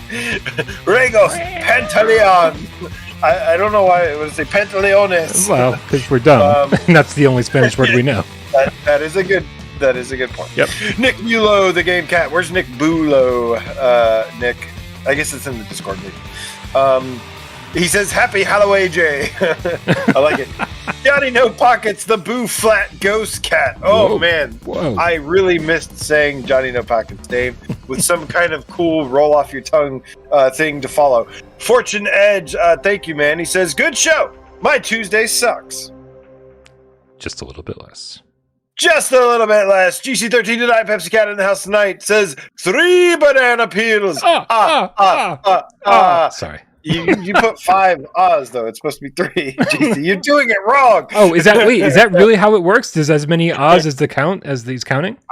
Yes. I had no idea. Invitation only says, I'm new to VR. I've bought Red Matter 1 and 2, Gran Turismo 7, No Man's Sky, Resident Evil 8, and Pavlov. What else am? I don't know. Well, I am. I am. I think I am also. Therefore, I am. Dude, I mean, the best recommendation I can tell you is we've got a top 25 list on the channel. That's it's already feature. Outdated. It is outdated, but there's but only a couple games are missing from it. Crossfire, obviously, and Propagation. But Crossfire is a good one. October didn't turn out to be the oh my god, here's 5 new games that we need to buy month that we thought it might be. Ghost Signal definitely should be on that list, but check that out. Make sure that you've watched that, and then I've been trying to keep up with the new releases as far as reviews go. So that's my recommendation for you is just check out the review playlist. Pre-order Vampire says I. Brian. Yeah. What happened? What? 2 years ago on this day. I always forget. PSVR GameScast Live. I always forget we're going to do this. Let's see. I never forget because this is my new favorite part of the show. Wow. All right. Well, this is always why I show up to GamesCast each and every week. To hear what happened 2 years ago. I guess we better fucking keep doing it then. On PSVR GamesCast Live history, Brian. All right. This is going to be a History Channel documentary one day. All right. Well, we have one from 2022, we have one from 2020, and we have one from 2019. Which one, Cats? 2022, 2020, or 2019? Let's not go back to 2019 because when you go back that far, there's no headlines. It's just you have to decipher the collage that I made. So let's go back to 10/31/2020 and see what it is. Bam. Oh, it's our Happy Halloween special. That's all it says. That's a horrible one. Boo! Boo! That's good. I like that. What's it's very ghost of you. What's the? Yeah, I'm looking around. Hold on a second. Okay, we're gonna go back to 10/29/21 because that actually has a headline. Are there no timestamps on that one? No, I don't know how this works. That might have been before Sci-Fi's time. All right, let's check this out. What was happening this day in 2021? Huge update on Stride. Rumor PSVR2 backwards compatible? Question mark. That didn't age well. And this is my favorite part of the show. Yep. Huge update on Stride. I wonder if the update was, hey guys, we just want to let you know it's blurry and the controls aren't that great. No, I think the huge update was all the content that we never actually ended up receiving. Right. I bet if you go back and watch this episode, we're going to talk a lot about the single player campaign. Yeah. Yep. All the multiplayer shit and be like, PSVR2 is going to be backwards compatible. Oh my god. I would love to know. I would love to go back and watch this and see what we say about PSVR2's backwards compatibility. How naive! Oh my god! If only we knew. If only we knew now what we knew then. Let's send ourselves. Right. Let's send ourselves back to 2019 to warn ourselves of this happening. I'm gonna send myself back to 2019 and be like, dude, start going to the fucking gym because you do not turn out well 3 years from now. It's not going to end well. So, all right, you guys. Thank you all so much for hanging out. I have no idea where tonight's thumbnail is. I can't bring it back up. Where the fuck is it? Where is tonight's thumbnail? Oh, this is fucking insane. I can't turn it back. All right. Happy Halloween, everybody. Hopefully we'll see you over on Discord. We love you all. Happy Halloween!